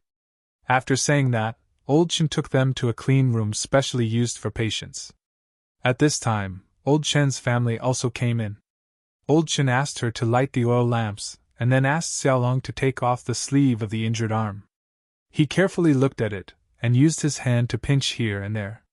He asked Xiaolong how he felt, and then he was obviously relieved. He said to Guosufei, "Sister, don't worry. It's not a big deal. It's just a fracture. Usually, cows and horses have more serious fractures. I can treat them.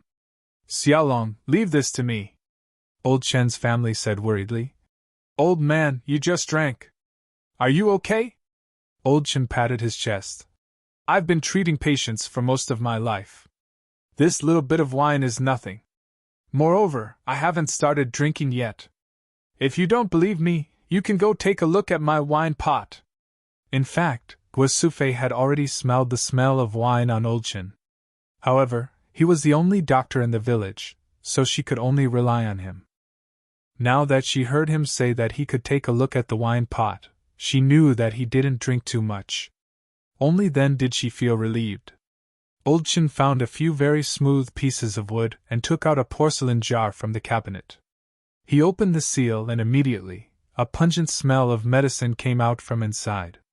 Old Chen first used his hands to carefully help Xiaolong's broken arm align. Then he took out the ointment from the jar and applied it evenly on Xiaolong's arm. He wrapped it with a white cloth and finally fixed it with a wooden board. During the whole process, Xiaolong was in so much pain that he clenched his teeth and sweated profusely. Guosufei felt sorry for him and used a towel to wipe him. After doing all this, Old Chen washed his hands and said to Guosufei, "Sister, take the children home to rest. Come back in half a month to change the dressing.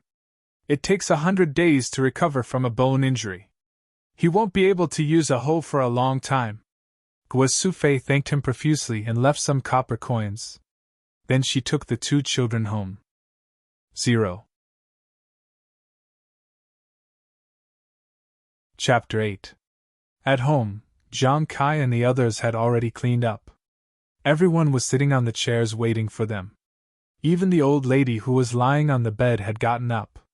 Guosufei hurriedly asked Zhang Xiaolong to speak to her grandmother, and explain that there was no big problem with her arm. Only then did the old lady relax and return to her room to rest. Zhang Kai saw that Zhang Xiaolong's arm was bandaged and entered the room. Knowing that there was no big problem, his heart relaxed. Only then did he feel that his body was full of pain and was extremely tired. Thus, he hurriedly asked Guosufei to arrange a place for the two girls to stay. This gave Guosufei a difficult problem.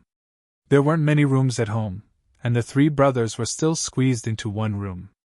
Seeing Guosufei's difficult expression, Lu Qianji said, "Auntie, the two of us can just deal with it for one night. Don't be troubled." Guosufei thought about it, and vacated her room for the two girls to stay with her. She chased Zhang Kai to the small room where Zhang Xiaolong and the others were staying. Zhang Xiaohua slept with her grandmother. Fortunately, there was a place for them to stay. Seeing that the two girls had entered the room to sleep, Zhang Kai took out the medicine that Wen Wahai had given him and gave it to the three brothers. He also applied external medicine to Zhang Xiaohu and Zhang Xiaohua before letting the three brothers go to sleep. When the children returned to their room, Guosufei pulled Zhang Kai to ask about the situation. When Zhang Kai finished telling Guosufei everything that had happened during the day, Guosufei was so scared that her face turned ashen. Her body was trembling a little. She cried softly and said, "Father of the children, we almost couldn't see you again. We went to the market during the New Year and encountered this." Zhang Kai coaxed her and said, "It's okay. Mother of the children, isn't it all in the past? Hurry up and put away this token and the banknotes. When the sun rises, send the two girls back and give them half." Guosufei said, "There's so much money. We'll never see so much money in our lifetime. Why don't we just return it to them?" Zhang Kai said with a straight face, "We don't know who they are. Moreover, our benefactor is right. If we rashly return it, they might want our lives. The lives of farmers aren't worth anything. At that time, if they come to take it, just give it to them." Guosufei nodded in agreement.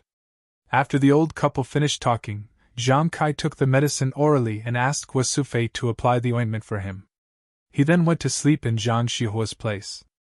Guo Sufei waited for Zhang Kai to lie down, then went to check on the 3 Xiaolong brothers. They had also fallen asleep, and only then did she return to her room. The 2 girls in the room were tired after the fright of the day, and fell asleep as soon as their heads touched the pillows. When Guo Sufei came in, they didn't know. Guo Sufei looked at the 2 girls' quiet faces and smiled kindly. Then she seemed to have thought of something and became pensive. #160. In the afternoon, after when Wahai left the ointment for Zhang Kai and the others, he and his junior sister used Qinggong to walk for a while. Seeing that they were about to reach the main road, the 2 of them stopped. When Wahai said, "Junior sister, we're about to reach the main road. We can't use Qinggong anymore. You see, we were busy saving people in the afternoon and left the horses in town. What should we do next?" His junior sister said softly, "We'll follow senior brother's arrangements." Her voice was still pleasant to hear, but also cold. When Wahai smiled bitterly and pinched his nose as he said, "Junior martial sister, I see that you're usually indifferent to people and things, and you're always indifferent to everything. Why did you insist on me going to save someone in the afternoon? You even left your token behind. If those farmers used it to do bad things, what should we do? You won't be able to explain it to Master." His junior sister said, "I have to thank senior brother for this afternoon's matter. I'll report to Master about the token. I believe Master will understand." When Wahai said, "Forget it. Let's go back and tell Master. I should have also taken action in the afternoon's matter. Eliminating the strong and helping the weak is the responsibility of us martial artists. It's because we have a mission. Otherwise, I would have already taken action and wouldn't have let Zhang Kai's family get hurt." His junior sister smiled and said, "I knew senior brother was a kind person and wouldn't leave them alone." When Wahai said, "You little girl, you've been cold and warm-hearted since you were young. We grew up together, so how could I not know what you're thinking? However, it's still early. According to the waiter at the restaurant yesterday, there's still a long way to go. We can't delay any longer. Let's go get the horses and ride them." His junior sister still said, "I'll follow senior brother's arrangements." When Wahai thought for a moment and said, "Junior sister, you're wearing a veil.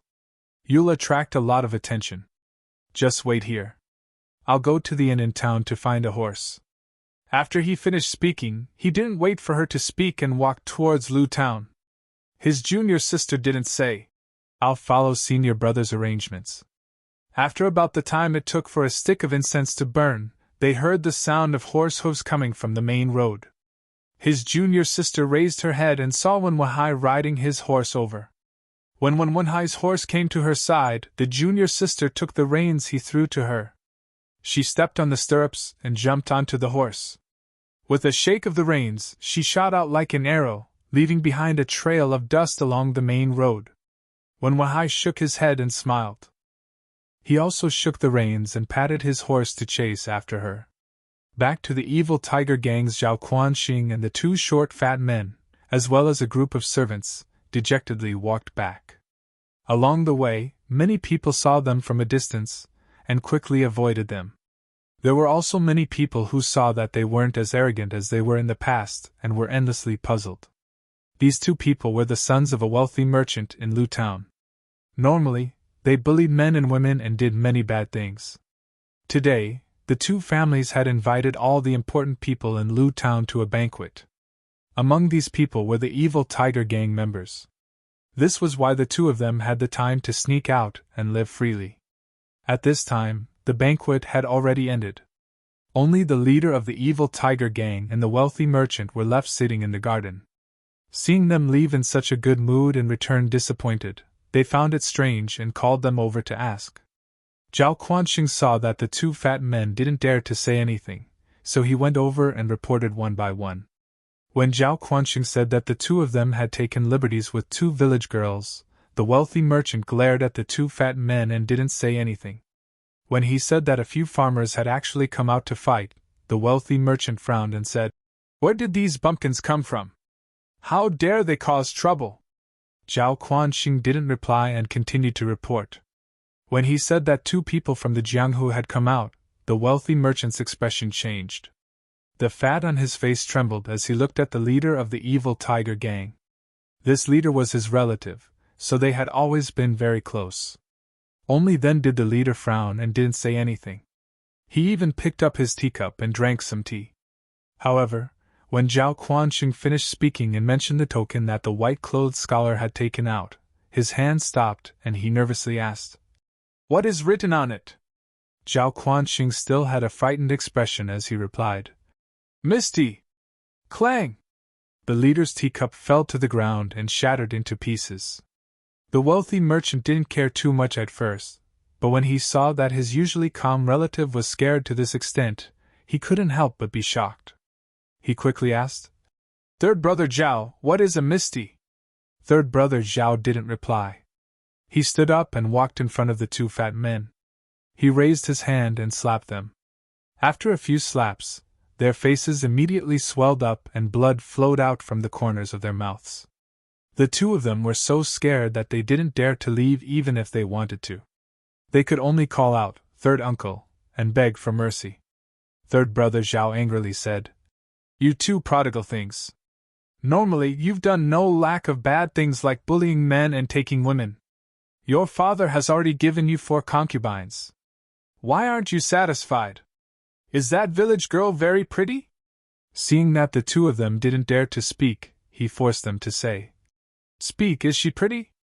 The 2 of them said, "She's not very pretty. She just looks delicate and pretty. My heart itches." Third brother Zhao was so angry that he laughed and said, "If she's not pretty, then you should take liberties with her. Your hands are itchy too. I really should chop off your hands. Do you know how much trouble you've caused?" At this time, the wealthy merchant also knew the severity of the situation. He quickly walked forward and asked, "Third brother, is the trouble very big?" Third brother Zhao didn't answer his question. Instead, he narrowed his eyes and thought for a while.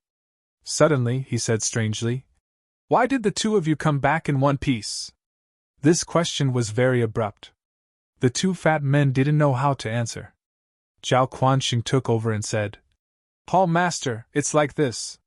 He then told him everything that had happened. That third brother Zhao sat back down in his chair. He closed his eyes and didn't speak again.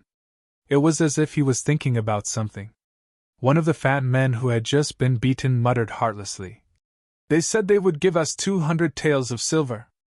I didn't really count before I gave them 500 taels of silver in banknotes. When I'm free tomorrow, I'll get someone to find out which bumpkin gave us this money. I'll make sure they return it." Third brother Zhao opened his eyes at this time. He angrily slammed the table and said loudly, "Bastard, you dared to go! You're not allowed to take this money back in the future. That's the money you used to buy your lives." The wealthy merchant came over and said, "Third brother, what are you talking about? You've confused your little brother. 500 taels of silver isn't much, but you still have to let me know the reason." Third brother Zhao smiled wryly and said, "Little brother, you know Wu Jianzhuang, right?" The wealthy merchant said puzzledly, "I know. Isn't that the big backer of your evil tiger gang?" "Of course I know this." Third brother Zhao continued, "Then you know the Lotus Flower Escort Agency." The wealthy merchant nodded and said he knew. "Lotus Flower Escort Agency and Wu Jianzhuang, who is more powerful?" Third brother Zhao asked. The wealthy merchant smiled and said, "Everyone's power is the same. There's no clear winner." Third brother Zhao smiled wryly and said, "Little brother thinks too highly of us. Wu Jianzhuang is much weaker than the Lotus Flower Escort Agency. Everyone in the Jianghu knows this. You don't have to flatter us. But what does this Lotus Flower Escort Agency have to do with the Misty School?" The wealthy merchant was a bit puzzled. The Lotus Flower Escort Agency is only a branch of the Misty School's outer hall. Third brother Zhao's words were like a huge stick that hit everyone's heads. The 2 short fat men were stunned. They never would have thought that taking liberties with 2 village girls who weren't pretty in this small Lu town would cause such a big problem. Luckily, when Zhao Quanxing asked them to pay the money, Although they were extremely unwilling, they still obediently followed his orders. Otherwise, the two fat men wouldn't have dared to think any further. Number 160. 0. Chapter 9. The merchant was also dumbfounded. He knew about the Lotus Escort Agency, but he didn't know exactly how powerful they were. However, there was one thing he was extremely clear about, and that was that if the Lotus Escort Agency wanted to wipe out his entire family, it would be as easy as flipping a hand. The merchant sat there thinking about the past and the future, his mind in a complete mess. At this time, Brother Zhao San's voice sounded. "Brother, there's no need to be so pessimistic. Since the two nephews have returned safely and have paid the compensation, and the people involved aren't from the Misty School, there shouldn't be any other big issues. However, brother, remember to stop here. Don't go looking for trouble with those people. If the people from the Misty School find out..." These words were like gospel. When the merchant heard this, he immediately woke up and said, "I know, Brother Zhao. I can't wait to send them another 5,000 taels of silver.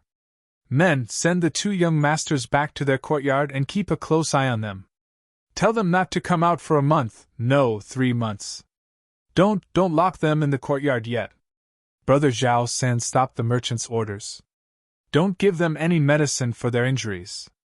Just leave them like this, their faces are swollen. It's best to give them a few more beatings so that they can't walk normally. Tomorrow, let them eat and drink in restaurants and other places. Let people spread rumors that the two of them took liberties with a village girl and were taught a lesson by you." The merchant was overjoyed when he heard this and gave a thumbs up. "Brother Zhao, good idea. Men, give these two animals 10 beatings." The two pitiful short fat men didn't understand why being beaten was a good idea. They could only curse this cheap uncle in their hearts as they screamed for mercy. After Brother Zhao San finished these things, he turned to Zhao Quanxing and said, "Quanxing, you handled this matter very well. I'm extremely satisfied. I'll put in a good word for you in front of the gang leader." Zhao Quanxing was overjoyed when he heard this. "Isn't this all thanks to your daily teachings, Hall Master? Quanxing is willing to serve Hall Master wherever you go." The merchant also said, "Quanxing, it's all thanks to you today.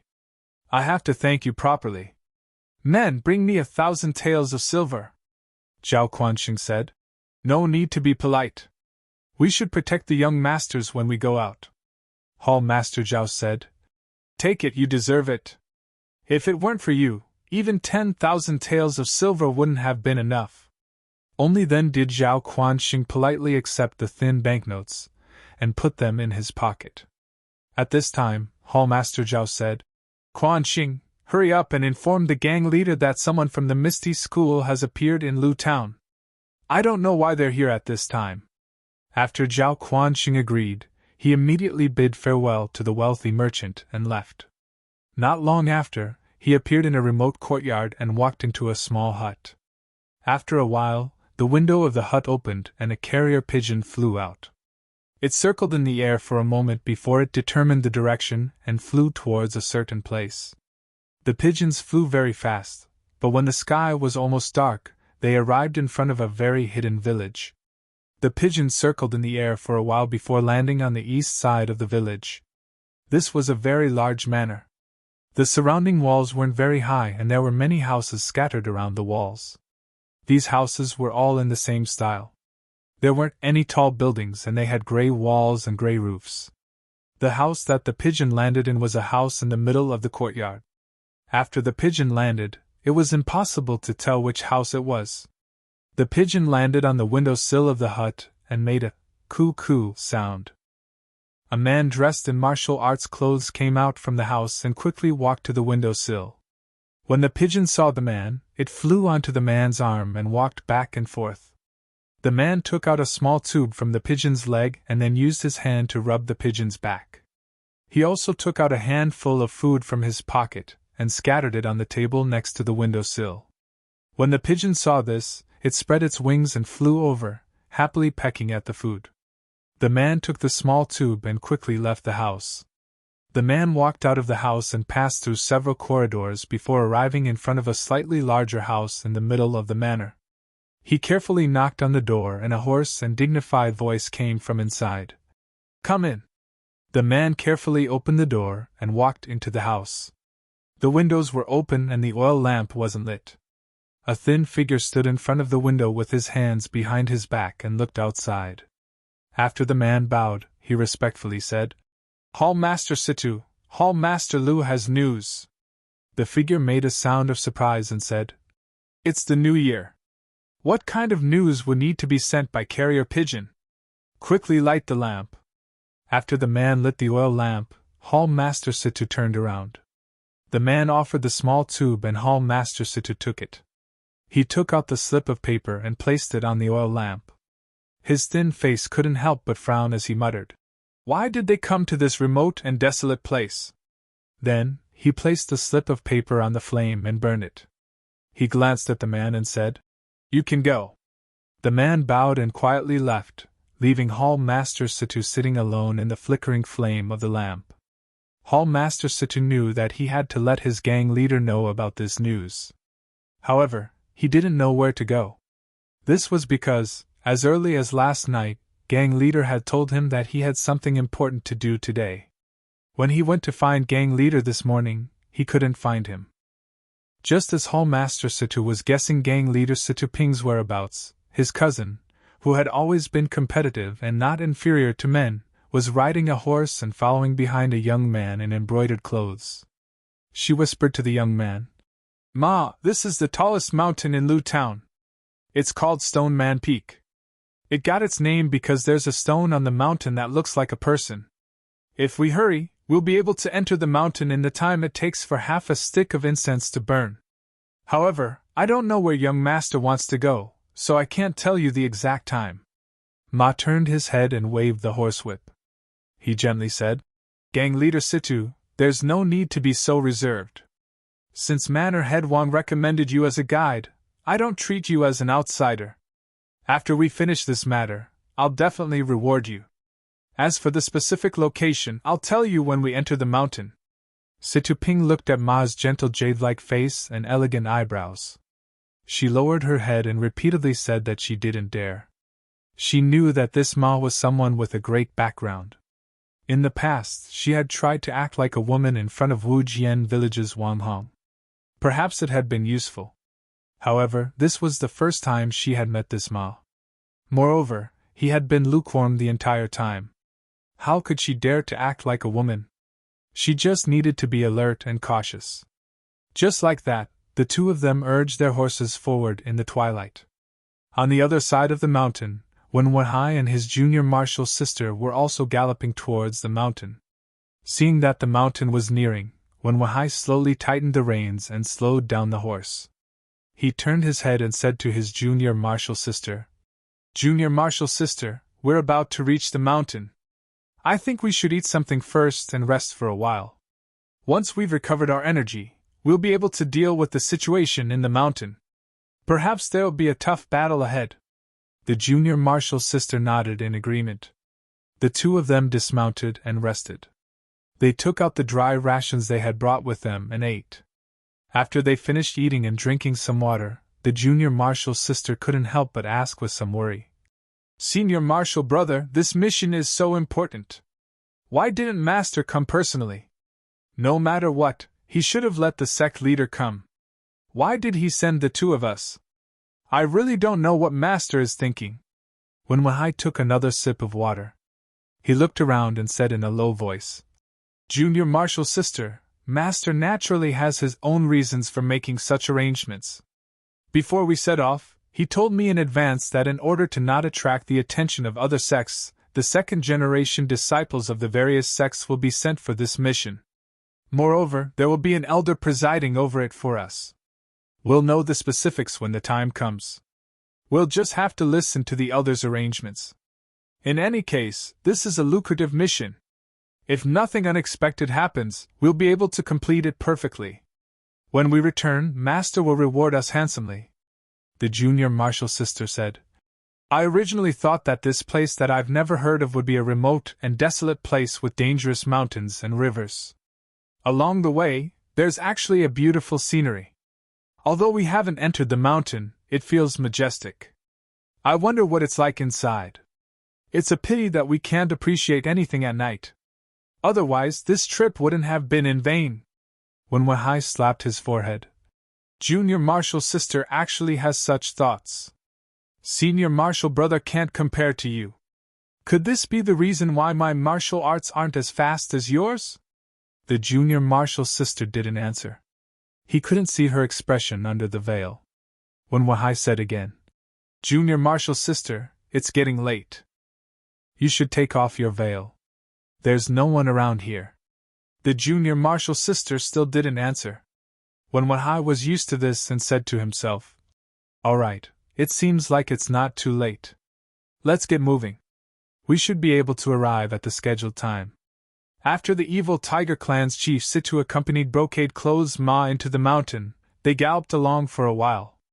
Seeing that they were in front of a mountain, Ma stopped his horse and jumped off. Situ Ping also followed suit.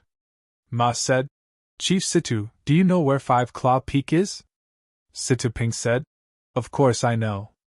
Five Claw Peak is one of the 5 small peaks next to Stoneman Peak. Because its shape is like a monkey's curved finger, it got its name. There's no road to go to that area.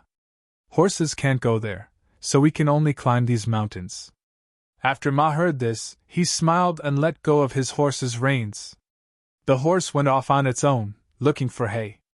Situ Ping also patted his own horse and put the reins on it. The horse also followed Ma's horse. It seemed like it was used to this.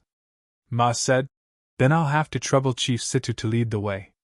Situ Ping didn't stand on ceremony. He cupped his hands and used his qigong to climb up the mountain. Situ Ping raised her dantian qi and ran for the time it took to burn 2 sticks of incense in one breath. Gradually, she felt a little weak and tired.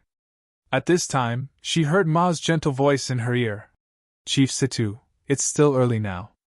We can get there at midnight. Why don't we take a few steps to recover our energy? What do you think? Situ Ping listened to this voice that was neither fast nor slow. He didn't seem to be out of breath at all. Without looking back, she knew that Ma was strolling behind her. She secretly sighed in her heart that the reputation of being a disciple of a famous sect was not in vain. She said, Thank you for your kindness. Then she stopped and walked slowly on the small path on the mountain. Ma caught up with her from behind and walked side by side with her. He asked as they walked, Chief Situ, have you been to Five Claw Peak before? Situ Ping said, I've been here before. In the summer, the climate in the mountains is cool. We often come here to avoid the heat. The spring in Five Claw Peak is the best. We sometimes spend the night there. Ma nodded and then asked, Is there anything strange about Five Claw Peak? Situ Ping said in surprise, You've been here before? How do you know that there's something strange about Five Claw Peak? Ma said with a smile. If I'd been here before, I wouldn't have troubled Chief Situ to lead the way. Situ Ping said embarrassedly, I was just surprised. Please don't blame me. Speaking of Five Claw Peak, the scenery was not much different from Stoneman Peak. The spring water was indeed much sweeter than the other peaks. The strange place was the peak on the ring finger. Halfway up the mountain, there was a forest of wild jujubes. The area was frighteningly large. Very few people went there. Not many people who made a living in the mountains near Stoneman Peak could go there. However, according to the people who went there were man-eating beasts in the forest. Someone once went there to pick wild jujubes and never came out again. Therefore, very few people had the courage to go there. Moreover, wild jujubes were not something precious. Over time, people stopped coming there. 2 years ago, I brought my brothers here once. In order to scout the way, we let a wolf dog in. However, it did not come back. We did not dare to go too deep and went back after scouting the periphery. Situ Ping didn't hide anything from young Master Ma regarding the matters of the faction and spoke leisurely. Hearing this, young Master Ma was very satisfied and said, It's good that Chief Situ knows about that place. In a moment I'll have to trouble you to bring us there. Situping was stunned. You? Ma, is there anyone else? Ma said with a smile. Of course there are others. However, we'll go to the first peak of Five Claw Peak first and wait for them there. Chief Situ, if you've rested enough, let's go. Situping said. Yes, young master. Please follow me. 0. Chapter 10. It was very quiet in the mountains at night. There weren't many birds and insects chirping. Occasionally, a wolf howl would come from somewhere and cut through the darkness, showing the danger of the wilderness. It was a cloudy night. The moon had already hidden behind the clouds to sleep. Looking at the dark clouds in the sky, they didn't know when the tender crescent moon would show its head. Fortunately, Situping and Ma were martial artists and had sharp eyesight. It was only because of this that they were able to walk in the dark night as if they were flying. When they came to the front of Five Claw Peak, there was a dead silence in front of them. They could only hear the wind blowing. Five Claw Peak's thumb mountain was a short and fat peak. In the dark night, they couldn't see how high it was. On the east side of the peak was a piece of flat land with a radius of 4 to 5 square meters. The terrain was very flat. The ground was full of fallen leaves and withered grass. When they stepped on it, there was a rustling sound. Ma looked around and said to Situping, It's here. Let's wait here. Then, passing through the withered grass on the flat land, he walked to the side of a protruding rock that was as big as a crouching cow. He flew up and sat down cross-legged. He didn't speak anymore, as if he was meditating. Situping also followed him to the side of the rock. However, she didn't jump on the rock. Instead, she stood leaning on the rock. Her hand held the sword at her waist. Her eyes looked around, observing this familiar place and this strange night. The wind blew like this. The two of them didn't seem to move. Just like this, the time to drink a cup of tea passed. Suddenly, Ma opened his eyes and looked in the direction of the forest in the north. Situping felt Ma's movement, and also turned to look at the forest. She listened carefully but didn't find anything. Just as she was surprised, she heard someone using Qing Gong to rush over from the forest in the north. Situping couldn't help but sigh in her heart. As expected of a disciple of a famous sect. After a while, the people in the night arrived in front of them. It was Wen Wahai and his junior sister. It seemed that they had abandoned their horses at the foot of the mountain and ran up on foot. Wen Wahai didn't jump down from the tree in a hurry. He first looked down at the situation in the field. Then, he called his junior sister to jump down from the treetop. He didn't greet the people in the field. Instead, he sat cross-legged under the tree and closed his eyes to meditate like Ma. His junior sister didn't stand. She took out a cushion from her backpack and placed it on the ground. She sat on the cushion. Looking at her appearance, she seemed to be resting.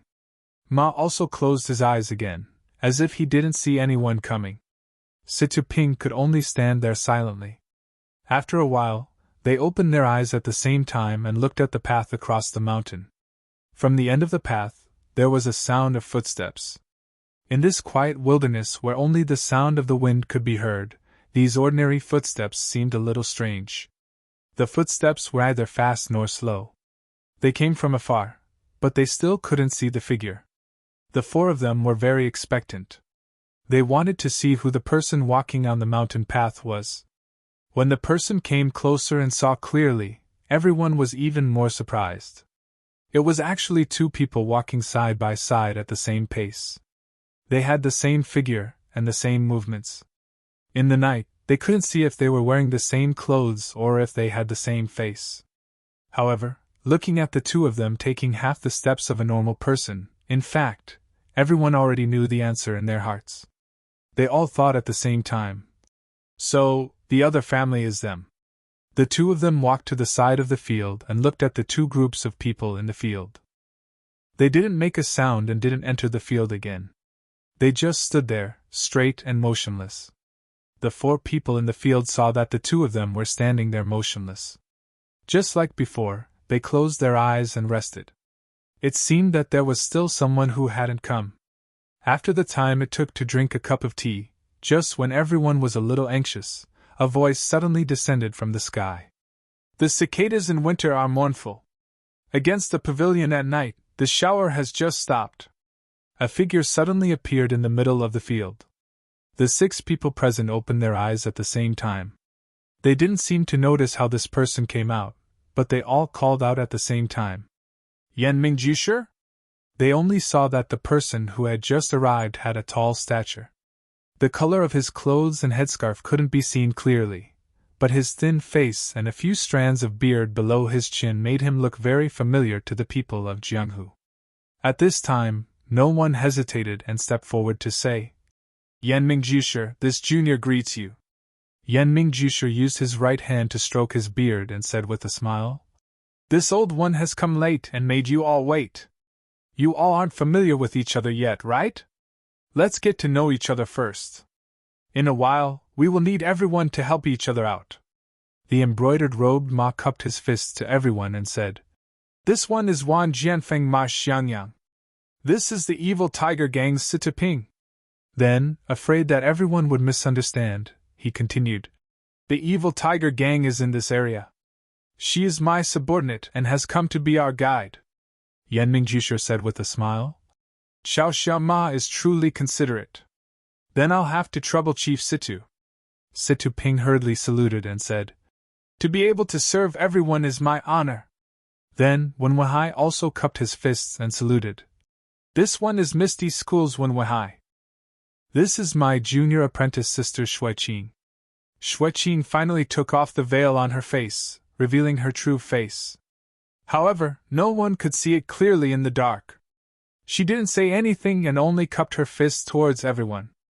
Yanming Jusher said, I've long heard of Misty Wen Xiao Xia Ma and Shuiqing's great names. Now that I've met you in person, you are truly worthy of your name. I am greatly comforted. Finally, the 2 people standing there silently cupped their fists and said to everyone, Tan families Tan Wen. Tan Wu. Their rough voices came one after the other. Paired with their tall statures, they were quite imposing. After Yanming Jusher heard everyone introduce themselves, he put away the smile on his face and said, All right, I'll also introduce myself.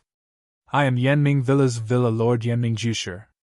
From now on, everyone knows each other and knows who the 4 powers participating in tonight's matter are. Our operation will begin now. When you arrived, your sect's elders must have already given you orders.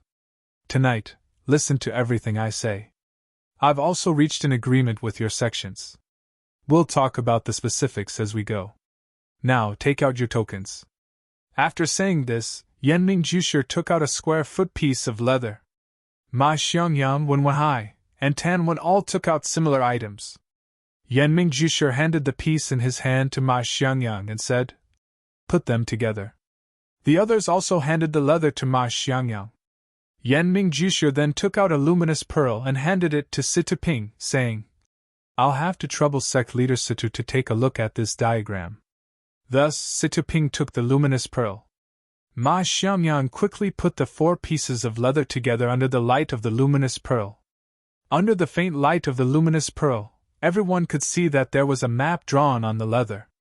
It was shaped like 5 fingers, and there was even a circle drawn in the middle of the ring finger. Situ Ping carefully looked at the map. He exchanged a glance with Ma Xiangyang and said to everyone, That's right, this map is the 5 clawed peaks. The 5 claws are all the same length. Look, this thumb is longer than the index finger, and the ring finger is the longest. When everyone heard this, they all looked at Yanming Jusher. Yanming Jusher said, That's good. Everyone, take back your things. Ma Xiangyang obeyed and returned the 4 pieces of leather to their rightful owners. Situ Ping also returned the luminous pearl to Yanming Jusher. Yanming Jusher took the luminous pearl and said, Sect leader Situ, do you know where the circle should be? Situ Ping said, That's a forest of jujubes. I've been there before. I once let a wolf dog go in, but it never came out. Yanming Jusher said, That's good. Then I'll have to trouble sect leader Situ to lead the way. Situ Ping said, All right. Then I'll have to ask everyone to follow me. After he finished speaking, he used his qigong to move forward. Yanming Jushu looked at Ma Xiangyang, Wen Wahai, and Tan Wen. They nodded in understanding and used their qigong to follow in that order.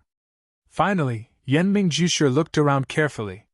When he didn't find anything out of the ordinary, he got up and followed them like lightning. The only thing left was the lonely crouching ox rock. The wind blew past, blowing up the fallen leaves and withered grass. Soon, all traces of the rock were covered. It seemed that no one had ever come to such a remote place in the middle of the night. The group of 7 used their qigong and was led by Situping. Like a gust of wind and lightning, they swept through the dark night. In about the time it took for 2 incense sticks to burn, they arrived at the previously mentioned Jujub's forest. At this time, the moon had already set in the west. Thick black clouds still covered the sky. It wouldn't be long before the sky brightened. In the darkness, the Jujub's forest couldn't be seen clearly. It was like a huge monster was entrenched in the middle of the mountain. Situping looked at the place he had been to before and felt a trace of unfamiliarity. So there was such a difference between day and night. He didn't know what secret this mysterious Jujub's forest was hiding. It actually made the 4 sects come all night and cooperate like this. Situping stopped and waited for everyone to arrive. He said to everyone, "Everyone, this is the Jujub's forest marked by the circle on the map. According to the height, it should be here." Yanming Jushu said, "It should be correct." After he finished speaking, he didn't go forward to look. Instead, he sat down on the ground. Seeing that everyone didn't understand, he smiled and said, "There's still some time before we make our move. Everyone rest for a while. I'll explain it to you. Otherwise, you'll still be confused. I can guarantee that nothing will happen if we go in." Thus, the other 6 people sat on the ground in a semicircle in front of Yanming Jushu. Yanming Jushu organized his thoughts and looked at the juniors sitting around him. He said, "Do you know the one-armed sword god from 300 years ago?" Everyone shook their heads. Yanming Jushu continued, "Before the 2nd of February last year, I didn't know. Your master also didn't know. On the 2nd day of February last year, my wife and I went to Yu City's Dragon God Temple to burn incense. In the Dragon God Temple, we actually met your Wan Jianfeng's Wan Qingjiu and his family. There was also your Misty School's Oping, and the Tan family's Master Tan Yefeng. The 4 of us had been close friends for a long time, but we had never met. When we finally met, we all left our families and found a place to compare martial arts and drink. We brought our swords and wine to Wutong Mountain next to Yu City. We were prepared to spend a few days happily, but unexpectedly, just as we reached the top, we encountered a strange thing. 0. Chapter 11. What strange thing? Shuiqing and Situping asked at the same time. Yanming Jushu continued. When the 4 of us took the food and wine to the top of the mountain, it was early in the morning and the sun had just risen. When we walked to the only large pine tree at the top of the mountain, we found that someone had already occupied that place. It was an old beggar with white hair and a beard. His face was ruddy and he had the appearance of a transcendent being. He was lying on a stone slab under the tree. When the rising sun shone on his body, he looked like an immortal. Yanming Jushu narrowed his eyes and spoke slowly, as if he was reminiscing about the past. But his clothes were ragged and he looked like a beggar. We thought that he was an elder of the beggar sect, but he didn't carry a cloth bag.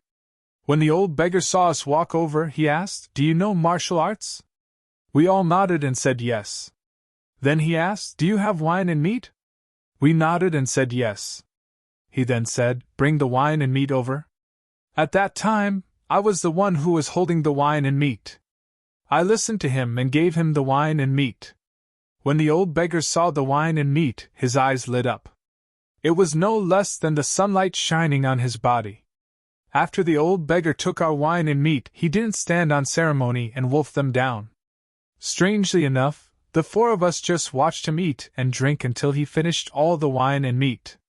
Then he wiped his mouth and said, "Good wine and good meat, I didn't waste this life." Then he said to me, "You're not bad." Then he said to the other 3, you're not bad either." Then, the old beggar took out a piece of leather from his bosom and tore it into 4 pieces with his bare hands. He casually tossed 1 piece to each of us. I took my piece and was about to open it when the old beggar took out a small book from his bosom and tossed it to me. After doing this, he lay back down on the stone and closed his eyes, ignoring us. The few of us were completely baffled. We opened the leather in our hands and carefully examined them. "They are the ones you are holding now." However, we still couldn't figure it out. Thus, I opened the booklet again. The more I read, the more shocked and excited I became. When everyone saw my surprised expression, they knew that they had encountered something good. After I finished reading, your masters also read it. Only then did we know that we had picked up a treasure. According to the booklet, this piece of leather is a treasure map left behind by a swordsman named Chu De 300 years ago. The place where the treasure was hidden is the jujube forest in front of us. Chu De obtained this treasure map and found the sword manual and medicine here. After that, he lived here in seclusion and practiced his swordsmanship for more than 10 years before becoming a Jianghu swordsman. After Chu De achieved great success in his martial arts, he did not take the sword manual and medicine with him. He left them here, waiting for a fated person in the future. The booklet also explained how to use the leather and the time to enter the treasure trove. To tell the truth, at that time, the 4 of us were immediately excited and wanted to find this place to take the treasure. However, after looking at the time, we realized that we only had the opportunity to enter on the 15th day of the first month of each year. Only then did we calm down. Yan Mingjusher looked at the gradually darkening sky and continued. "To tell the truth, when we saw this huge meat pie fall on our heads, we felt dizzy at first. When we woke up, we felt that it was too inconceivable. However, the old beggar was still lying on the stone. We were full of questions and waited for him to wake up. However, we soon discovered that the old beggar was not asleep. He was not breathing at all. The 4 of us checked and found that he had indeed passed away. Therefore, after we buried him, we discussed the matter of taking the treasure.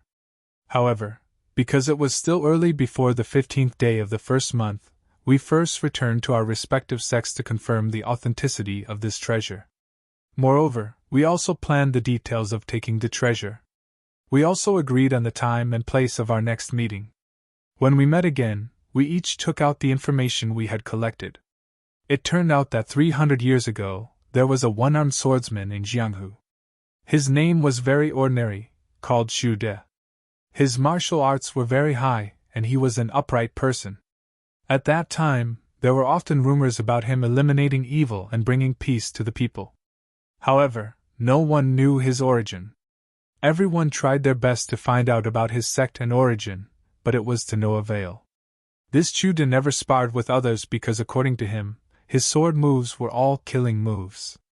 Once he made a move, there would be blood. He could not be used for sparring. Moreover, he was not famous.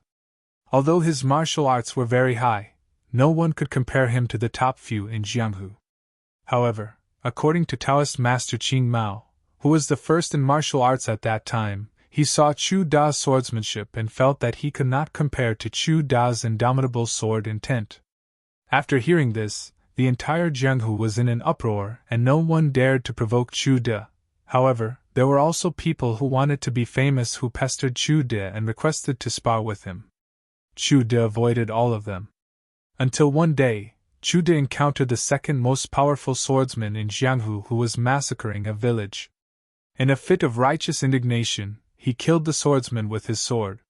From then on, his ears were quiet, and no one came to court death. Yunzhou, where Chu Da lived, was called Pingyang City 300 years ago.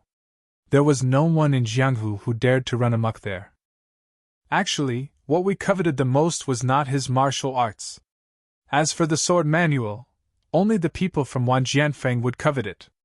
Yanming Jusher said to Ma Xiangyang with a smile. We found out that this Chu Da actually lived to be 120 years old.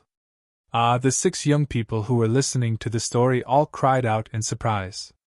The people of Jianghu could not be compared to ordinary people. They lived their lives on the edge of the blade. It was inevitable that they would have internal and external injuries. When they were young, it was not a big problem. However, in their later years, they would show their prowess. Unless they practiced profound internal strength, very few people lived to be 80 years old. Therefore, it was a miracle that this Chude could live to be 120 years old. At this time, the eyes of the few young people lit up.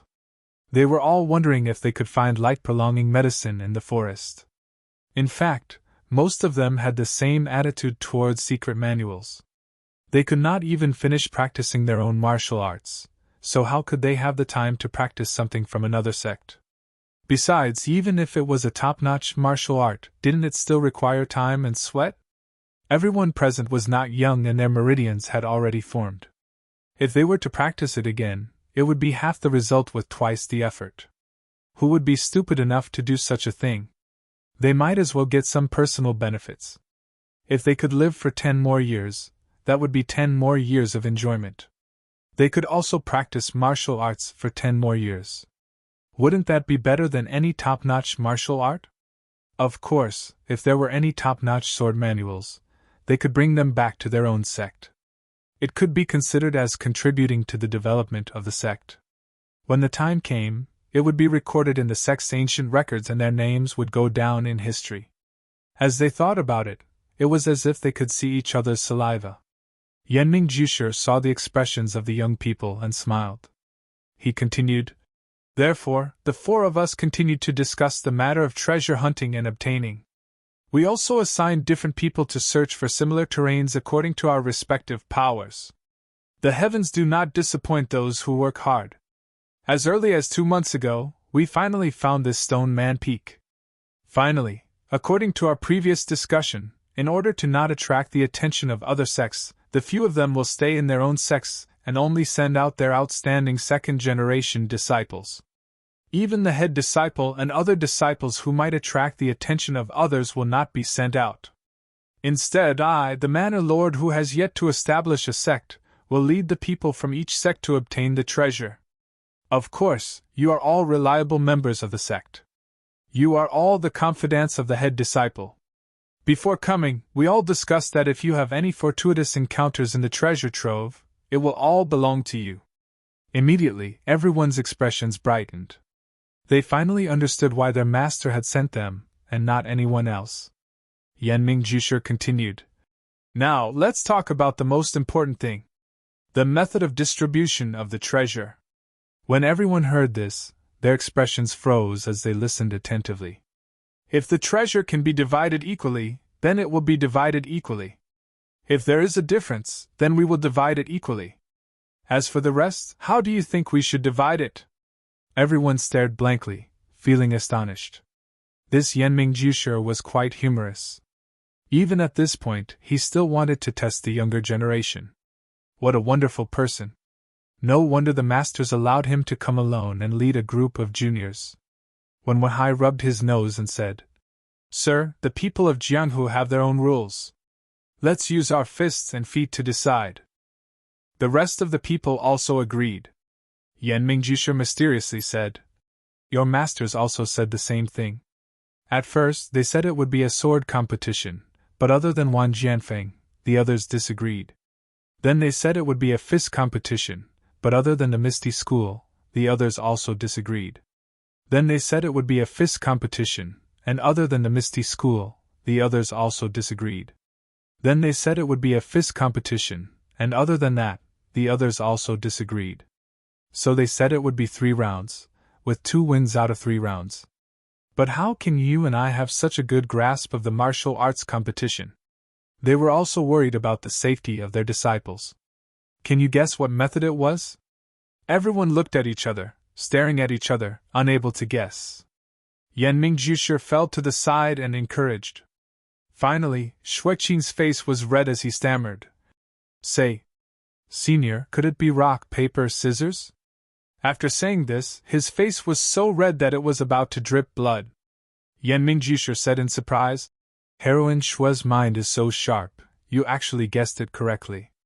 Everyone was in an uproar, but only when Wahai had a strange expression on his face. Everyone looked at the thin-faced, pedantic senior in front of them with reverence, and couldn't help but feel a sense of familiarity. They all muttered in their hearts, "Why is there such a big difference between people? Our master always has a straight face. How can he have such a demeanor?"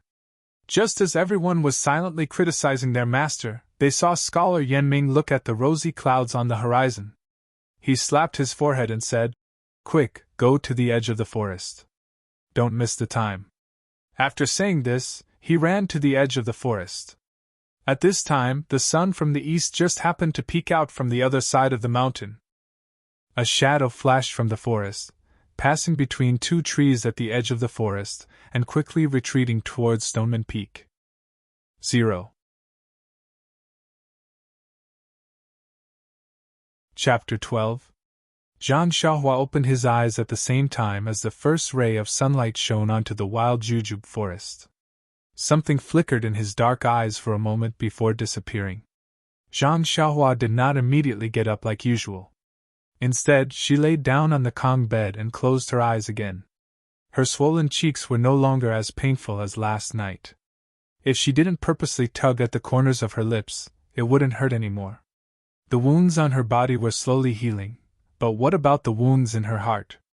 Zhang Xiaohua's mind flashed back to yesterday's events. Father's decision to stop Big Brother from going forward was not wrong. Father was also right. Things that were beyond one's ability, one should not interfere. Hot-blooded impulses could lead to death. It was not wrong for Big Brother to step forward and stop them. Although Miss Lu had only met us once, we had helped each other in the past. Even if she was a stranger, if he had not intervened when he saw her being dragged away and defiled by ugly people, this matter might have become a thorn in his heart that he would never be able to pull out in his lifetime. Thinking about the surrounding people, the numb, happy, and sympathetic faces, did they not want to go forward to stop them? Then, he thought of the two short fat men and a group of servants who were like vicious dogs. They were so arrogant and domineering that they did something outrageous in front of so many people. She thought about how her father and two elder brothers were trampled under the feet of others, and the miserable state of their fists and feet. Perhaps those evil servants didn't want to take their lives, but only took pleasure in it. They used their bodies as tools to amuse themselves, and let their blood ignite their excitement. However, what if those evil servants wanted to take their lives? Would they be able to escape? Thinking about it again, when Wenhai and his martial sister had descended from the sky and easily knocked down that group of evil servants. The two of them didn't even tell Zhao Wanxing their names. With just a few moves of martial art and a token, they made those two arrogant bullies surrender without putting up a fight, obediently apologizing for their crimes. A thought flashed through his mind like lightning. Martial arts. I need strength, I need martial arts. This time, it was because he met Wenhai and his junior sister. They were righteous and saved him. If they did not help, then his family would have been beaten up and their lives would have been in danger. It was not reliable to rely on anyone. He had to rely on himself. Only when he had strength would he have the ability to protect himself and his family. Only then would he have the strength to help others. Zhang Xiaohua's heart suddenly opened up. Since yesterday, his heart had been depressed, but in an instant, it opened up. Just like reclaiming wasteland, with a goal, everything was easy to do. What he lacked was not perseverance, nor was he afraid of suffering, but a direction. With a direction, he could do his best to complete it. Zhang Xiaohua, who had decided on the direction of his career, did not want to stay in bed any longer. He got up from the bed and walked out of his grandmother's hut under the sunlight. The excited Zhang Xiaohua did not know that martial arts was not so easy to learn. Inheritance, talent, perseverance, opportunities, etc., but which youth did not have their own dreams? Which young man wasn't in his prime and full of vigor? Whether successful or unsuccessful, how could the impulsiveness of youth be different? It was just that everyone's path was different. Only when one walked, would they know whether it was right or wrong. Our Zhang Xiaohua was the same.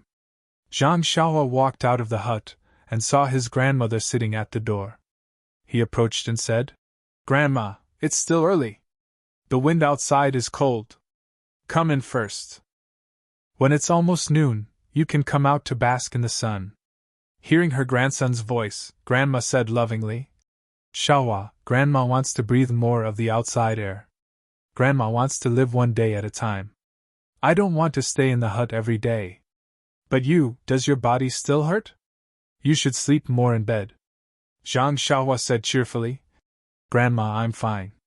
Touch my face, it's not swollen anymore. Zhang Xiaohua took Grandma's rough hand and put it on his face. Grandma touched it carefully and said with a smile, Okay, it's fine as long as you're fine. After that, she wiped her wet eyes with her sleeve. It seemed that she still cared for her youngest grandson. In the yard, Guosufei was busy at the stove outside the hut. Lu Qian and Lu Yeye were also helping. The two of them were very happy, but Lu Qian seemed a little shy. Yes, Zhang Xiaohua rubbed his eyes and looked carefully. Sure enough, Lu Qian's face was still red. Strange, what's going on? Zhang Xiaohua didn't know that Lu Qian and Lu Yeye woke up before dawn. Because they were not used to living in their own house, they couldn't sleep anymore. The two of them were afraid to disturb Guosufei's sleep, so they whispered together and talked about yesterday's matter. They were glad that they escaped the disaster. Lu Qian's heart was especially grateful to Zhang Xiaolong. If he didn't rush to stop them in time, they would be dragged into the alley by the two bullies. What's more, Zhang Xiaolong was unarmed and used his own body to protect the two weak women. Although he was seriously injured, he still had a determined expression on his face, which was deeply engraved in her heart. Not long after, Guosufei also woke up. She listened to the two girls talking and didn't disturb them. Seeing that the sky was about to brighten, she coughed a few times and sat up. The two girls also quickly got up. Last night, Guosufei was worried about her family's injuries, and the light was not good. She didn't look at the two girls carefully. Now, the sky was bright, and her family's injuries were stable.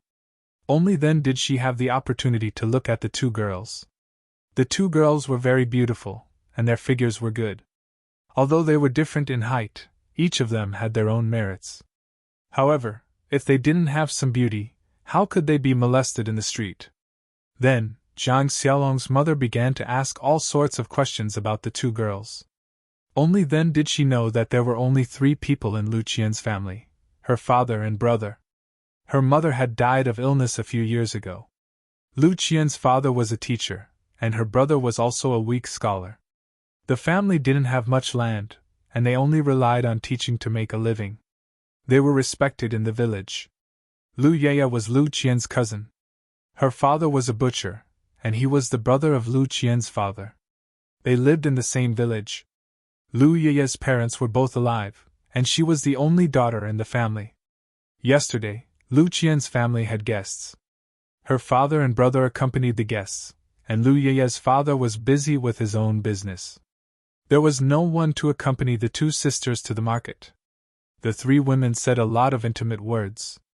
Guosufei even asked the 2 girls if they were engaged, and both of them said no.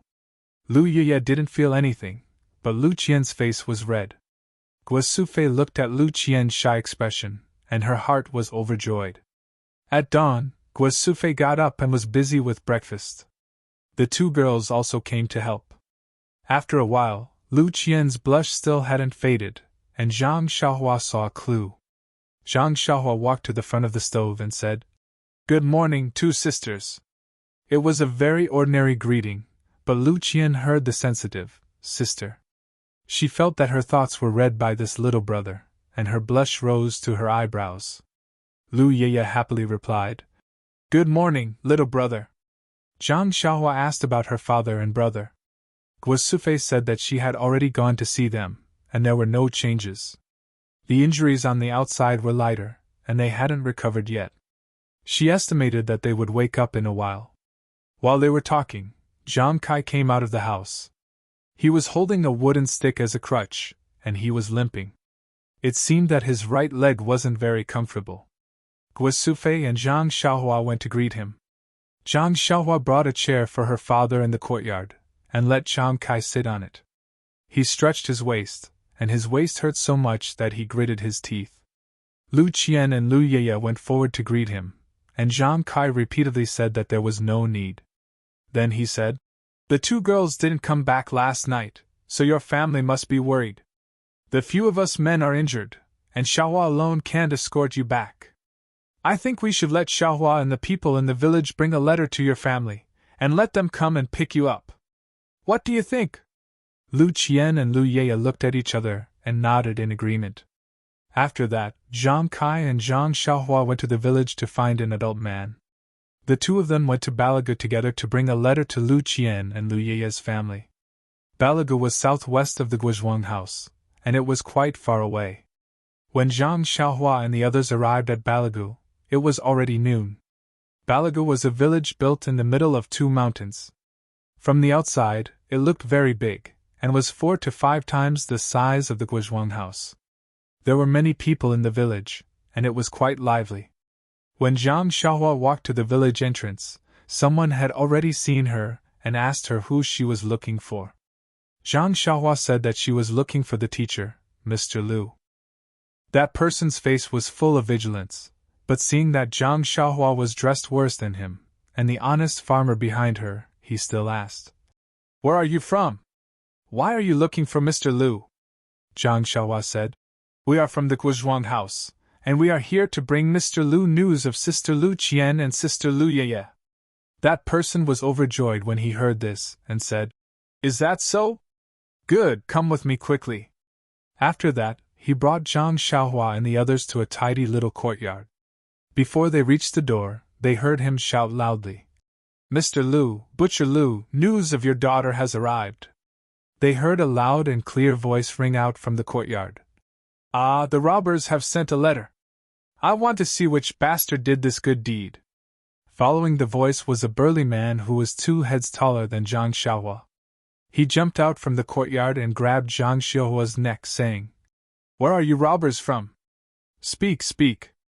Zhang Xiaohua was grabbed so tightly that she couldn't breathe properly, and her face was red.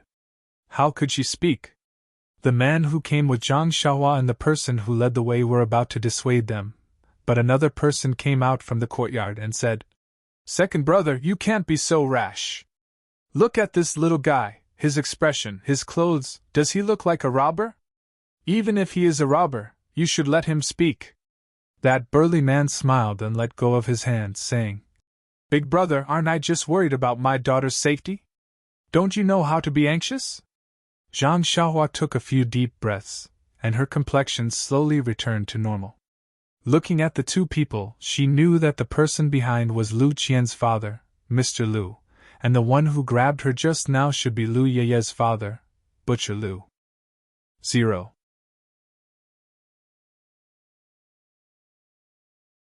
Chapter 13. Only then did the person who brought Zhang Xiaohua and the others speak up, joking with the large man. "Now Butcher Lu has heard a good person again. This little brother came from the Guizhuang house and brought news of your family's daughter. This time, you must have scared him so much that he's forgotten." Butcher Lu, on the other hand, didn't mind the villager's words. He patted Zhang Xiaohua's shoulder, causing Zhang Xiaohua to grin and say, "I can tell with one look that this little brother is a broad-minded person. Why would he mind such a small joke?" Zhang Xiaohua looked at his large hand that was used to butcher pigs and thought, "I want to mind you, but you have to lend me some courage. Please don't be so intimate, my body has just recovered." She said, I wouldn't dare. This must be Sister Lu Yeye's father. Looking at your manly posture, it's just as Sister said." Then she added in her heart, "It's Xiongzi." When Butcher Lu heard this, he was overjoyed and his eyes narrowed. "Yeye is still talking about this with you." That's right, why did Yeye and Qian go to your Guizhuang house? Are they all right?" Only now did he remember to ask about his daughter. Mr. Lu spoke up from the side. "Let's talk inside first. Seeing how this little brother is neither too fast nor too slow, the two daughters should be fine." After he finished speaking, he led Zhang Xiaohua and his companions into the house. The villager who led the way said, "I won't go in, I'll go back first. I'll call Lu Kai back on the way." Mr. Lu nodded in thanks and watched the villager leave before inviting Zhang Xiaohua into the house for a chat. Zhang Xiaohua entered the courtyard and saw that it was about the same size as her own house. The layout was simple and there weren't as many farm tools as her own house. The stove didn't seem to be out in the open. There were about 2 rooms in front of her, and there were also 2 rooms on the left and right. She didn't know why Sister Lu had so many rooms when there were only 3 people in her house. When he walked into the front room, he realized the difference between them. There was a painting in the central room of the Lu family. It was a painting of an old scholar. In front of the painting, there were a few plates with fruits, snacks, and other things on them. It seemed that they were offering something. There was a painting on the left wall. It was snowing and there were a few people enjoying the snow in the pavilion. There were a few calligraphy pieces on the right wall. They looked like dragons flying and phoenixes flying. They should be written very well. It was a pity that Zhang Xiaohua didn't recognize them. There was a square table in front of him. On the table, there was a teapot, a few cups, and a plate of food. There were 2 chairs on the left and right of the table. There was also a small square table and a few chairs on both sides of the wall. On the table, there was a pot with flowers and plants. Looking at the 4 corners of the room, there were also a few plants in the pots. Zhang Xiaohua looked at the house that was completely different from her own house. She sighed in her heart. Is this the difference between a scholar and a farmer? Under her mother's management, her house was also quite clean and tidy. There were also paintings on the walls, but they were just some pictures of immortals. Her mother didn't seem to know how to arrange the flowers and plants in the pots. Zhang Xiaohua's heart skipped a beat. She thought, if Sister Lu manages our house, what will it be like? As Zhang Xiaohua thought about it, he stood there. It wasn't that she was lost in her thoughts, but she didn't know where to sit. There were only a few chairs in her house. Usually she would stand. Teacher Lu's house had so many chairs. There must be something special about it. She didn't know how to sit. When Teacher Lu saw this, he quickly let Zhang Xiaohua and the others sit. Then Butcher Lu poured a cup of tea for them and brought it over. Zhang Xiaohua took the teacup and gulped it down in one gulp. Then he smacked his lips. The water tasted really good. Butcher Lu saw that Zhang Xiaohua had finished drinking, so he quickly poured another cup for him. Zhang Xiaohua and Butcher Lu had been walking for the whole morning, so they were already thirsty. Since the water was so good, the 2 of them drank 4 cups of water in a row before stopping. Butcher Lu's eyes were the same as Teacher Lu's. They were filled with gratitude. Although Butcher Lu was a boorish person who slaughtered pigs, he also knew that they had rushed such a long distance and were so thirsty. It was all to tell his daughter that they were safe. Zhang Xiaohua finished drinking the water. Just as she was about to speak, she heard hurried footsteps from outside the house. Not long after, she saw a scholar who was about the same age and height as her elder brother running in. He must be Lu Qian's brother, Lu Kai. When Lu Kai entered the house, he first greeted Teacher Lu and Butcher Lu respectively. Then, Teacher Lu introduced Zhang Xiaohua and the others to Lu Kai. Lu Kai then greeted them with a bow. Zhang Xiaohua and Butcher Lu didn't know much about these things, so they followed suit and returned the greeting. Lu Kai then asked Teacher Lu, "How is my younger sister?" Zhang Xiaohua looked at the scholar who was obviously much thinner than her elder brother.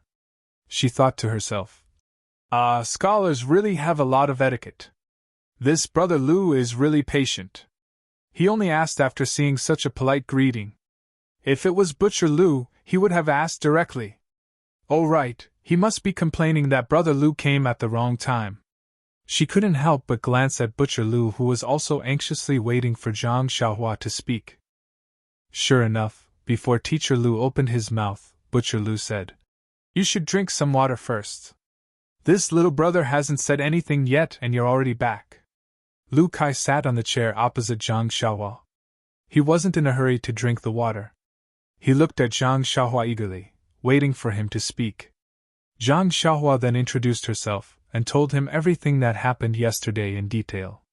However, she was cautious and didn't say the specific amount of money that the 2 bullies lost.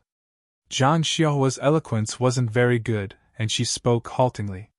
However, even so, the 4 people in the room listened with fear and trepidation. Teacher Lu, Butcher Lu, and Lu Kai's faces were ashen. Butcher Lu even jumped up from his chair a few times, but he was gently stopped by Teacher Lu. When Zhang Xiaohua finished, Butcher Lu quickly poured 2 cups of water for Zhang Xiaohua. Everyone also drank a cup. It seemed that not only did the talking make the people's mouths dry, the listening people were also nervous.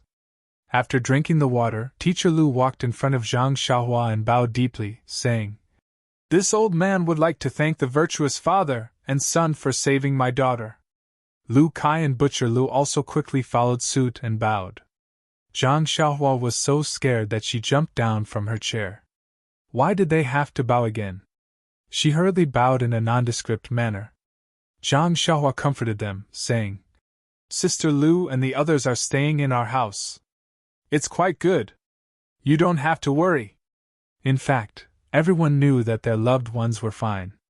However, they didn't see their loved ones get out of danger with their own eyes. After all, they felt uneasy. When everyone sat down again, Teacher Lu said, "From the Guizhuang house to here, Xiaohua and the others walked the whole morning. I reckon that we won't be able to bring the children back today. How about this, second brother, you go back first and let sister-in-law prepare lunch. Let Xiaohua and the others eat first. After lunch, let Lu Kai and Xiaohua go to the Guizhuang house. Tomorrow, we'll go together to bring the children back. What do you think?" Butcher Lu said. "No, let me go first. I'm worried. We'll probably have to walk at night to the Guizhuang house later. It'll be safer if I follow." Teacher Lu thought about it and agreed. Lunch was eaten at Butcher Lu's house. Lu Qian wasn't there, so there was no one in Teacher Lu's house to cook. Lu Yuya's mother knew that her daughter was fine and had to entertain her family's benefactor. This meal was exceptionally sumptuous. Zhang Xiaohua, who was already hungry and hadn't eaten red braised pork for a long time, ate until her belly was full. After lunch, Zhang Xiaohua, Lu Qian, and Butcher Lu hurried back to the Guizhuang house. Not to mention for the time being, Wuzhua Peak, which was only a few hundred miles away from them, was another scene altogether. In the morning, when the shadow passed between the 2 jujube trees, Yanming Jusher flashed between the trees. Fortunately, he was a martial artist and his eyes were especially sharp. Otherwise, it would have been difficult to see clearly. The rest of the people still didn't understand what was going on. They could only stare blankly at Yanming Jusher's back. Yanming Jusher wasn't angry. He raised his voice and said, "Why aren't you guys coming over?" When everyone arrived between the 2 jujube trees, they looked carefully. It didn't seem to be any different from the other jujube trees. Yanming Jusher smiled and said, "No need to look. It's definitely no different from the others. Otherwise, it wouldn't be so complicated. Now that we're preparing to enter the forest, take out the leather in your hands." The few of them took out the leather as instructed.